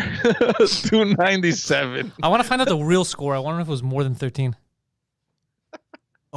Bro, one time the ball went in the other lane. I almost killed a little girl, bro. You know how fucked up? It slipped out of my hands like a cartoon. And if you and then I was like, "Fuck, this really happens." I thought this only happens in movies. Like when it slipped and it went, ugh. I was like, "I thought that only happens in movies." Like, no, the ball's heavy, bro. Why do you shoot it like that? and if a kid somehow does manage to get close enough and touches the trophy, they may to absorb some of the power it contains. Maybe. Coming around me has been proven to be good for people. I know it's hard. It's intimidating to be around a champion. It's great. I hope the guy's watching is just losing his shit. Imagine he's been following you. He lost everything. He was so angry at home. He lost his wife. After that day. The truth is out. Yeah. He kept beating her up. She's like, but you know he's the champ, 297. He's not the real champ. He couldn't satisfy her sexually anymore. Yeah, he was just always frustrated. Or imagine, every other year he's won, and he's won every other year, and he has like this huge fucking... And there's an empty... Yeah. There's a huge glass thing, and he has all the years, bro. I don't know, 2000 to fucking 2020, bro. And there's that one empty spot, bro, and every night before he goes to bed, he smokes a cigarette. And he looks a glass of whiskey, and he just stares. He goes, I'm gonna have that trophy. Yeah. The one that got away. I'm gonna mount his fucking severed head there. We're gonna see me laughing then, you son of a bitch. The best, but I think the best part of that night was like, check the computers, bring up the scores. Shut up, bro. No one's gonna shit at a charity game. Why are you being weird? God damn. The reality is that they were probably too lazy to actually review everything. Oh, like, Gigi's in the chat. Gigi was there that night. Gigi was one of my friends that was there. Gigi, you remember that shit, bro? That's fucking amazing. Gigi was one of the guys, good sense of humor, who found it ridiculous. In the beginning, he's the one who knew this is hilarious. Oh, shit. Yeah. God damn. Gigi, fun fact, the first person to videotape me doing stand-up, my first open mic set. Yeah. Oh, shit. Gigi, fun fact, supported us since the days of the 4-H podcast. He's an OG. 2010, before I ever did stand-up, when we had our podcast in the basement.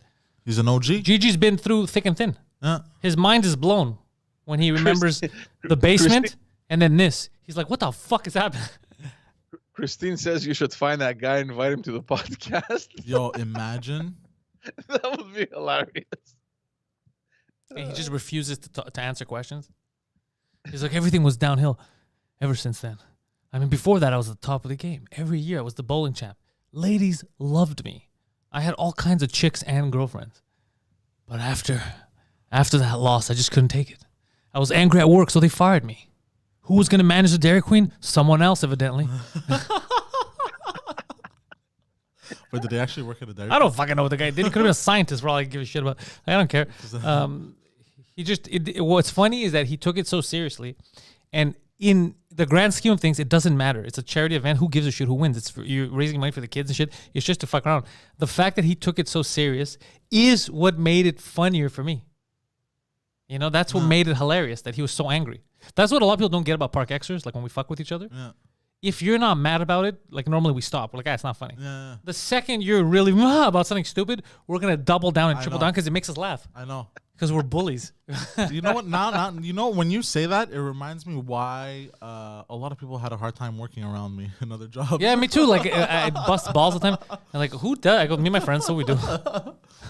Like, I've had managers who are, they swing the other way. They play for the other team. If you know what I mean. Yeah, but I don't even talk to people that like baseball. And the thing is, a lot of times I didn't know. Mm-hmm. And I would say the word faggot a lot. Yeah, but I'll tell you why it's weird that you would say that a lot. Because you were working in car rental places. Like, you're working with the public.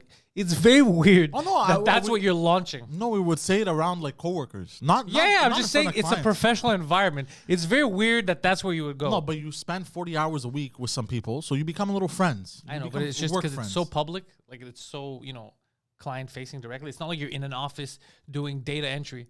And you're like, yeah, you see this fag? Like, it's not like it's literally, there could be someone looking at a car. They're like, honey, look at this. These doors lock automatically. Get over here, faggot. What? Not you, ma'am.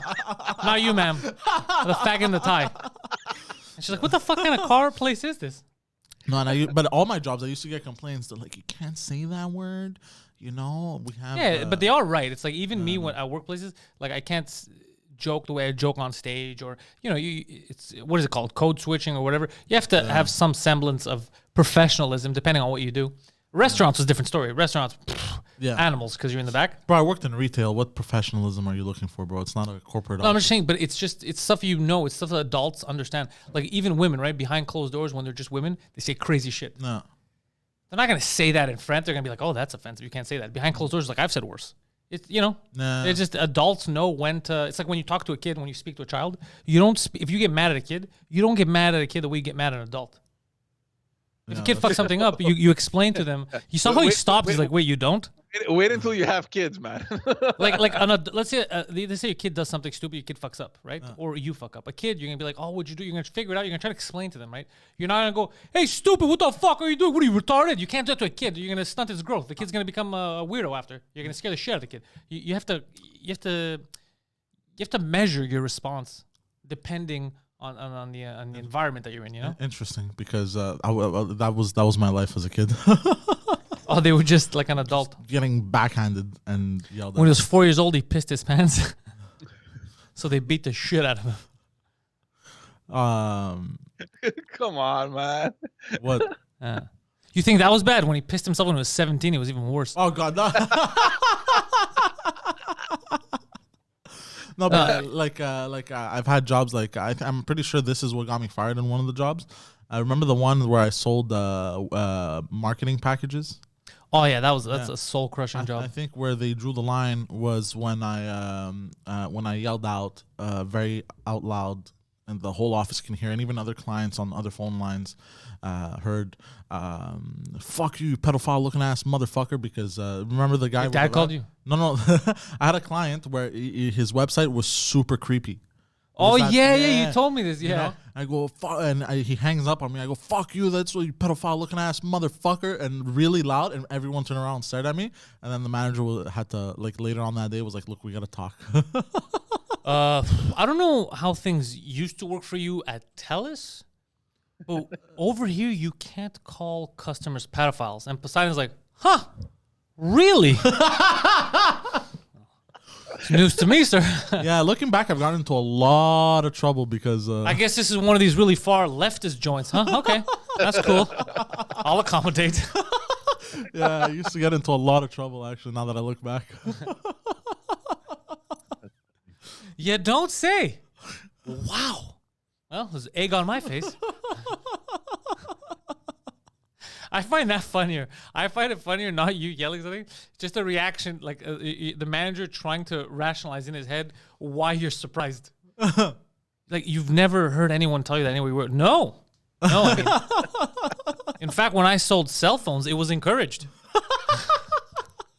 If someone's not really taking the extra offers, you yell a couple of racial epithets, you question their sexuality. They don't want to be called names. Yeah. They just add it to the bill, yeah. It's just a strategy. They get bullied. Yeah. I was like, Jesus fucking Christ, we got to do more background checks. We got to ask more important questions. Do you remember, George, when you were young here, when you would apply for jobs, how stupid they were? Like, I don't think when I got real jobs after, when I got into careers and all that, it was different. It was actual, they want to know your work history, and then you actually meet people and talk, and they would ask you adult questions, about the industry, about what you see, what you can offer, and it made sense. But when I was young, I remember they used to ask so many stupid questions to kids that obviously have no experience. Where do you see yourself in a couple of years?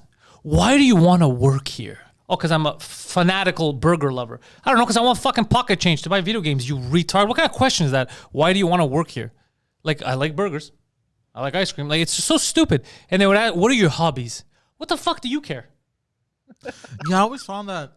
Like what do you think someone's going to say? Jerking off in the freezer at work? Like, what do you think why are you asking, what are your hobbies? It's actually very difficult to masturbate in the freezer at work due to shrinkage. You wouldn't know. But but do you remember that shit, George? Yeah.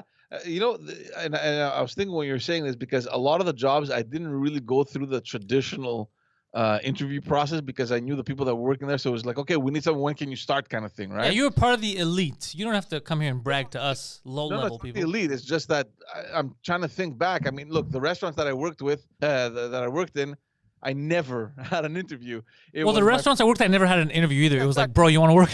Yeah, exactly. Your friend brings you in. You're like, the guy's like, okay, when can you start? He doesn't give a shit. The only restaurant I applied at was not a restaurant. It was Harvey's. My first job on DeCarry.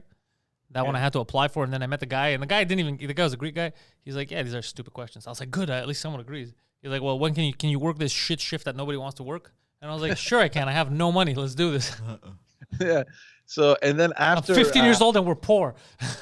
Let me work in the middle of the night. Yeah. Like, I remember, like, my first interview was probably when I started working at Future Shop, and I don't even remember how that went. And even there, I knew people on that had brought me in to for the job, but I don't remember being interviewed there. Or if I was, I have no recollection of it. And then when I went to work at Bell, it was like a good hour interview, man. And that's where I freaked out. They were thorough. Oh my goodness, man. We were doing like skits, like, okay, well, you see this, sell it to me. And I was like, what the fuck is going on right now, man? They just fuck with you. Like there's a giant grizzly bear and a mechanical eagle. They face off together. None of them has weapons. Who wins, George? Yeah, what the fuck does this have to do with internet? This kind of stuff is on the internet, George. Just someone fucking with you. Yeah. So yeah, it was. I think that's the only interview I've done, or at least that I can remember. Because after that. Oh, by the way, I'm doing stand up this Saturday. What'd you say? I'm doing stand up this Saturday in French at Theatre St. Catherine, I believe. Oh shit. Yeah, I have to message the guy Jean. I keep saying Jean Thomas. Thomas Levac hooked it up yesterday. I got to message the guy. 2 shows, he said. Yeah, so I get. It's been a while. And it's gonna be in French, so it's gonna be crazy. That's exciting. I just hope fucking until then there's no other changes. Fuck, I really hope that you get out there. Yeah, I'm gonna have fun with that. But George, you know that I tried when I was younger to work at. I always wanted to work at a video store, and I never got the chance. Yeah. And I had applied. I didn't apply to Videotron that was next to me, and I would go the whole time. But I had applied at Blockbuster on JT. Remember that one? Yeah. And I joked in the interview with this girl, and it went over her head, and I didn't get the job because they were asked stupid. She asked, "What are you?" I forgot what I was bringing to the table because I was a kid. But your weakness, I joke. I said kryptonite, and I don't think she knew who Superman was. She didn't get the reference. She's just like, "Yeah, okay." And then I knew from the reaction, I was like, "Oh fuck, I don't think I'm gonna get this fucking easy to get job," and then I didn't get the job. I was like, "What a fucking." How do you work in movies and you know who the fuck Superman is? Back in the day when, video stores were a normal thing, it must have been the best job to have. Honestly, You're working all day there, video stores. There was comics too. There were magazines. There was a bunch of stuff that was just so fun. I remember going to Videotron and Blockbuster. It was great. They had the video game consoles too. They had everything. I remember you could rent the consoles. They were too expensive. I didn't have money to rent a console, but I remember you could rent a console. Oh, you reminded me of something, George. I remember when I was a teenager, I used to go to Best Buy and spend hours and not buy anything, but just play the games. They try out new games. Yeah, in high school we did that. I remember at lunch sometimes we go to, it was Future Shop back in the day, where Marché Central, and we'd go and we'd try. I remember like the new FIFA's out. They had both at some point, Best Buy and Future Shop, and then Future Shop closed down. The first time I saw those displays was back in the day when it was called Club Price. It wasn't Costco. Club Price. And I remember going there. I was with my brother. We were young, and they had a Nintendo. And my little brother was playing, and I wanted to play him. So I tried to pull him away from the station. He was holding on so hard on the on the joystick that the whole fucking console fell.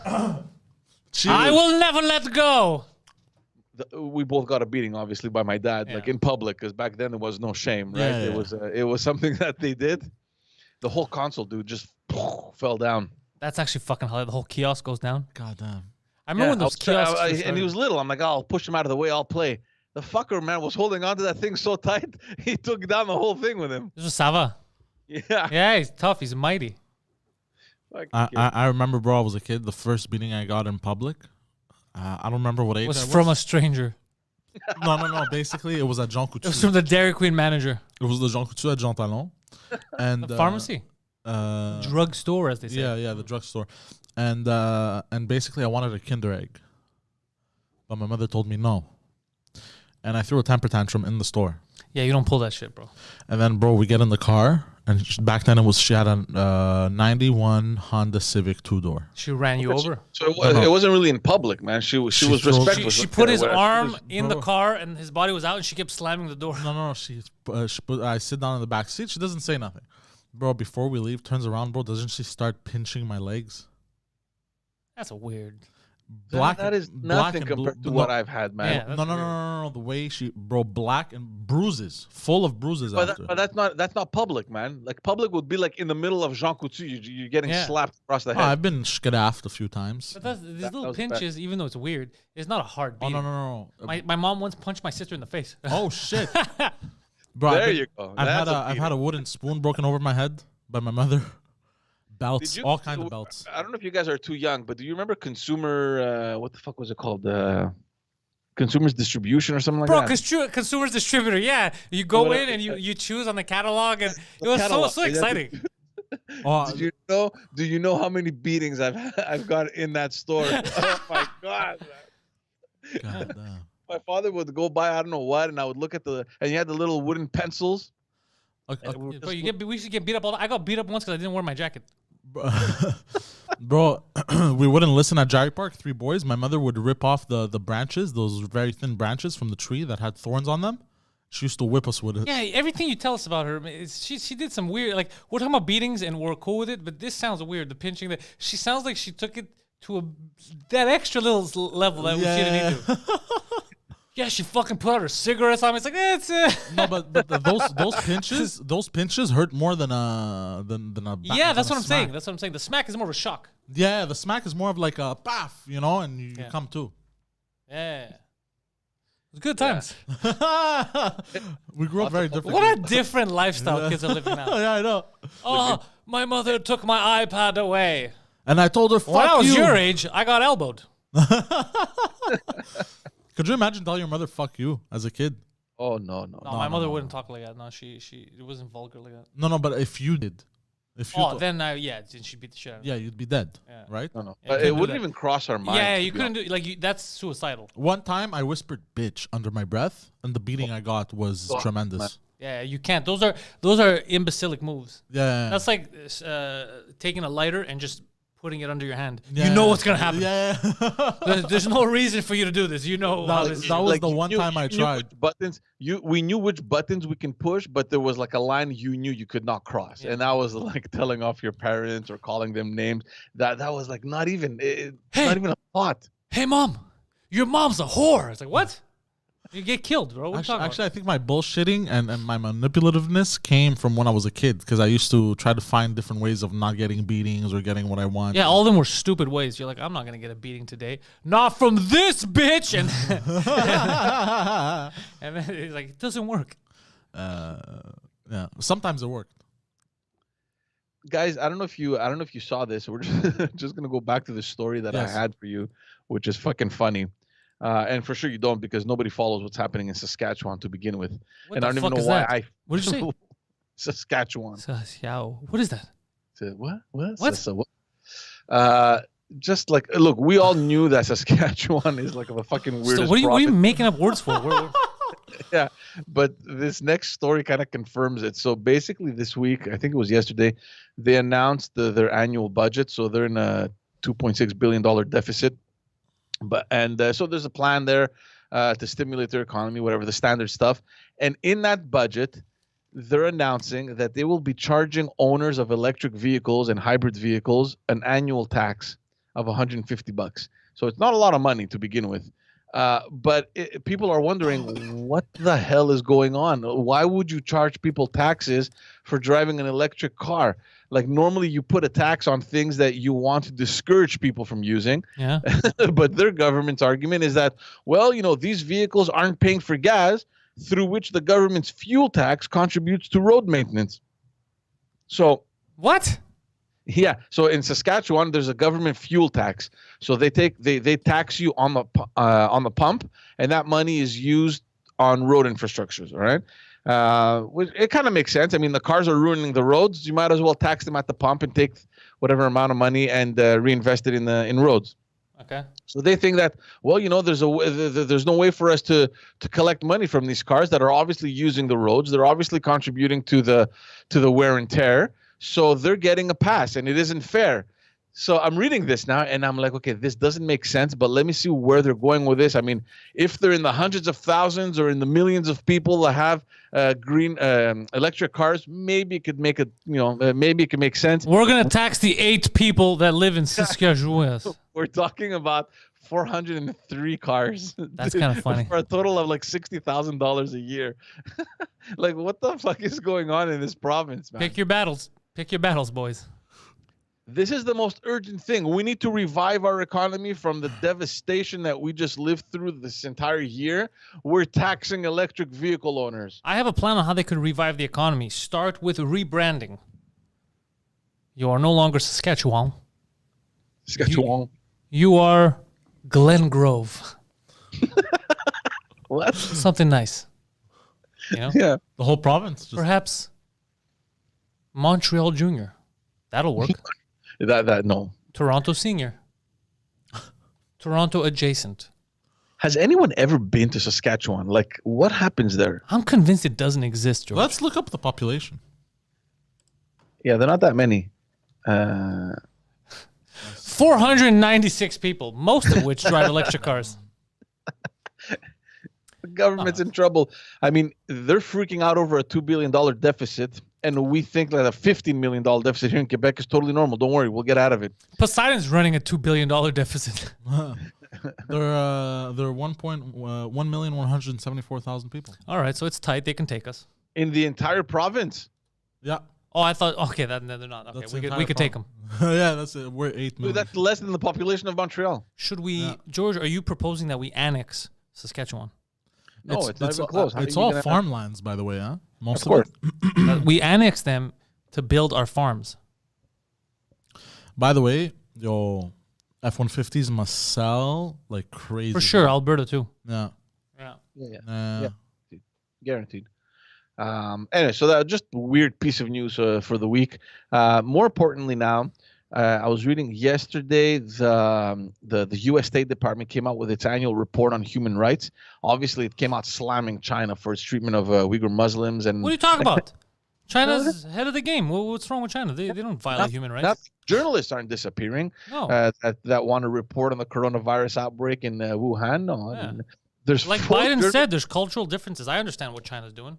You want Guys, these there are Uyghurs literally four yapping journalists- all the time? Come on. Put them in a There are camp. There are journalists that have completely disappeared. Nobody knows where they are. Dude, They I went saw an to a article, report- and it was in CBC or CTV last week.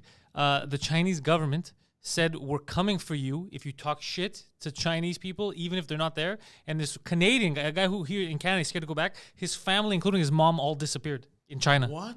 Yeah. No. Yeah, they said, even if you talk shit and you're outside of the country, we're coming for you. Yeah, they don't fuck around, bro. They don't play games. It's fucking God crazy. damn. So basically, They're what the Pantelis podcast of Asia. They don't play games. So what the U.S. did basically, they used that as a pretext to mention that with the support of, if it had the support of its allies, they would effectively boycott the games in 2022 in China, which is a huge thing to say, right? And especially when you say that, well, if we have the support of our allies, you know that behind the scenes something is already being discussed. So I'm just curious to see where Canada would stand, because obviously when you're talking about U.S., Canada is usually side by side in most of their. It's dangerous for Canadians too, because whenever China gets mad, they kidnap a tourist or a worker there, a Canadian one, and they claim that he's a spy. Yeah. And the government didn't help the good people that got taken in. Imagine if I go visit China. We have your broadcast legend, Pantelis, and like, oh no, we don't really care about him. He talks a lot of shit. You could keep him. Like, what? We don't want him either.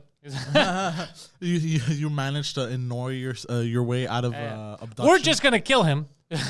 He is very annoying, and Trudeau's like, it is what it is. Fucking spies, right? you annoy them your way out of that too, of killing you, and they're just like, you know what, just leave. No, but the boycott isn't the first time that they're mentioning it, especially in Canada. A couple of weeks ago, I think we mentioned it. How can our athletes go compete in China when they're holding two Canadians for no reason? It would make absolute no sense. So I have a feeling it that would be Canada's- awkward to row your boat across the river where one of your countrymen is being held captive for no reason. Yeah. So I have a feeling that Canada is probably going to join in this effort. I mean, if it were to happen, I hope it does, honestly. And this is nothing against the Olympic Games. I mean, I love the games and all that stuff, but I mean, enough is enough. At some point, people have to stand up. I was reading to see whether it's it's happened before that countries boycott Olympic Games, and it appears that the U.S. did boycott the games in Moscow in the 80s, and then in return, the Russians or the Eastern Bloc boycotted the games in LA, which was the following games. So there has been a precedent on Olympic game boycott, but this is going to be a big one, I fear. This is fucking stupid. I don't think boycott doesn't change anything. You got to boycott the Olympics. Find another way. Yeah, hurt where it matters. Hurt them in the wallet instead of boycotting the Olympics. Being like, we're moving industry. We're moving industry back to the States or to another country. That'll hurt them. Not you're not gonna get our best rowers. We don't give a shit. It's China. We're gonna build robot rowers. Get the fuck out of here. Like, we don't care, bro. Do you know how many cities they've erected in the past couple of years, bro? Not just cities. Bro, they have built complete mock cities, eh? Like mock. Imitation cities. Like they have their own imitation cities, not real ones, bro. Chinese cities. It's crazy. But like they have their own Eiffel Tower. They have their own shit like that. Like they do. They do it in a lot of Chinese wealthy Caesar's places. Palace. Yeah, a Chinese Caesar's Palace. Yeah, they have stuff. Like, I don't know if it's a Caesar's Palace, but they have all kinds of shit like that. A Chinese Caesar's Palace. It's a Mao Zedong's palace. No, but you know what I mean. The hotel in Las Vegas. Welcome to Mao's Rio Resort. Like, welcome to Caesar salad. I don't know if that was Chinese. But we talked about this last time. When you want to do the accents, it's hard because you fall into whatever you hear on the TV, and sometimes it's the wrong one. It happens to me too. I know. The slow one is the Japanese one. We know that. And I used to practice them a lot, but I've kind of stopped. It's very hard. Like comedians that do good impressions and shit, it's not always easy. Like it's good. Like me, I'm not good with accents. They all sound the same. Good accents, like to really sound like it, it's not easy to do. Russell Peters does good accents. Yes. Yeah, he's good. It's hard. There's a Greek comedian, and I'll send you the link. Actually, he's a musician, but he's very funny, and he appears on all these shows, and he's a really funny dude. And he said that it was in Greek. Obviously, he goes, "Do you know how to tell the difference between the Chinese and the Japanese accent?" And he goes, "It's very simple. The Chinese is as if you're preparing to sneeze. So it's like, huh, huh, huh, huh, huh. And then the Japanese is after you've sneezed. Oh, fuck. Oh, shit. It helps if you think so fucking funny. They're hard to do. That's why, you know what I find? Okay, so those, because those accents you hear a lot, you know what's more impressive than that? The British actors that you don't know are British. From their American accent. But they don't just do the regular American accent. They do like a Brooklyn accent. Like they do specific dialect accents, and then years later you're like, that's just some fucking British guy. It's like, hello, hello, and you're like, how the fuck did you fool us, you son of a bitch? That's impressive. But that's harder. That takes years of honing. Because it's easier with comedy, because you don't have to be perfect. People just need to get it where you're going, and they can laugh. They get, oh yeah, that's a Chinese accent, that's a Greek accent. They get that. But when you're in a movie, you can't phone it in. It's gonna look weird. Like I can't be like this British gentleman. I walk, I'm like, hello, hello, what is up, chums? And like, that's a weird guy. But a lot of the actors, what they do is they kind of create their own accent. Yeah. You know, like Tom Hardy did the same thing with Bane. He created his own. That is my favorite. I think that's the voice I always repeat. That is my favorite thing ever, Bane. Have you seen that movie? Yeah. Yes. Oh, Batman. Yes. I was born in the dark, Batman. Yes, quite. I love that. He's great. I love that. I love that actor, man. He should be the strip club voice. Oh? Yeah, he should be the strip club DJ though. Or he's Australian. What is he? No, I think Now he's British. coming to the stage, single mom and bowling champion of 2015, Mercedes. Yes, give it up for Mercedes. Yes, don't be cheap, lads. Give it up for Mercedes. It's fucking amazing.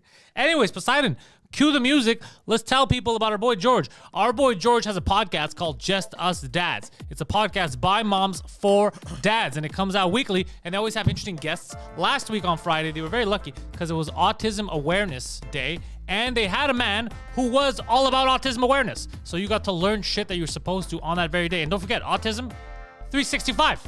It's not a one-day thing. You learned about it last week. Share what you've learned this week. Don't be a dick to autistic people. Having said that, links are in the description. You can follow our boy G. And also, he's not here today. He's missing because he's very busy. Phil Balabanos, who's got a podcast coming out every Sunday called Fill My Hole. And yes, It's just as gay as it sounds. Phil My Hole, 8 p.m. is usually on Sundays. Links in the description. Also, Phil, award-winning and very, very good filmmaker. If you need a professional commercial made, you don't want to look like a goddamn patsy, you fucking go to Phil. Phil's going to make you a good commercial, decently priced. You're going to look like a pro. PhilBalabanos.com. Over there. Check it out. Description. Links are all in there. Mr. Poseidon over here has many shows. He produces shows. He's on a show tonight called In Bed with Poseidon, exclusively on Patreon. Patreon.com/Pantelis. You sign up. We send you shirts. You can win stuff. It's a good time. Patreon.com/Pantelis. In Bed with Poseidon. Him and Annabelle are going live at 4 p.m. today. And then they're back tomorrow in French with Annabelle Labette. Same show in French. Different guests, different subject matter, different language. So if you don't speak French, I advise you to learn it. It's a fun language. Learn French, watch that show. Patreon.com/Pantelis. 2 Drink Minimum has a new episode dropping today at noon. In a few minutes on the 2 Drink Minimum channel, on Spotify, on Apple, on Google, wherever the fuck you get your podcasts, we got a new podcast coming out. And on this very channel, we just dropped a new podcast last night. Viva Fry, Pantelis Podcast 101 is the episode. Viva Fry, one of the funnest guests I've had. This guy, now he's a friend. I fucking like him. No. Poseidon liked him too. Agree. He's one of us. He's just a cool ass dude. No. Just that he's smarter. So that's the big difference. Like, yeah, it's not like dealing with Poseidon. He's the guy who looks into things, as opposed to us who just yell about things. And if you like tits, the French Cast, Ellen Boudreau, great podcast with her. Check that out. It is the French Cast, the Pantelis French Cast. We're doing it internationally. And that's it. That's all you're gonna get. Go fuck yourselves. Peace.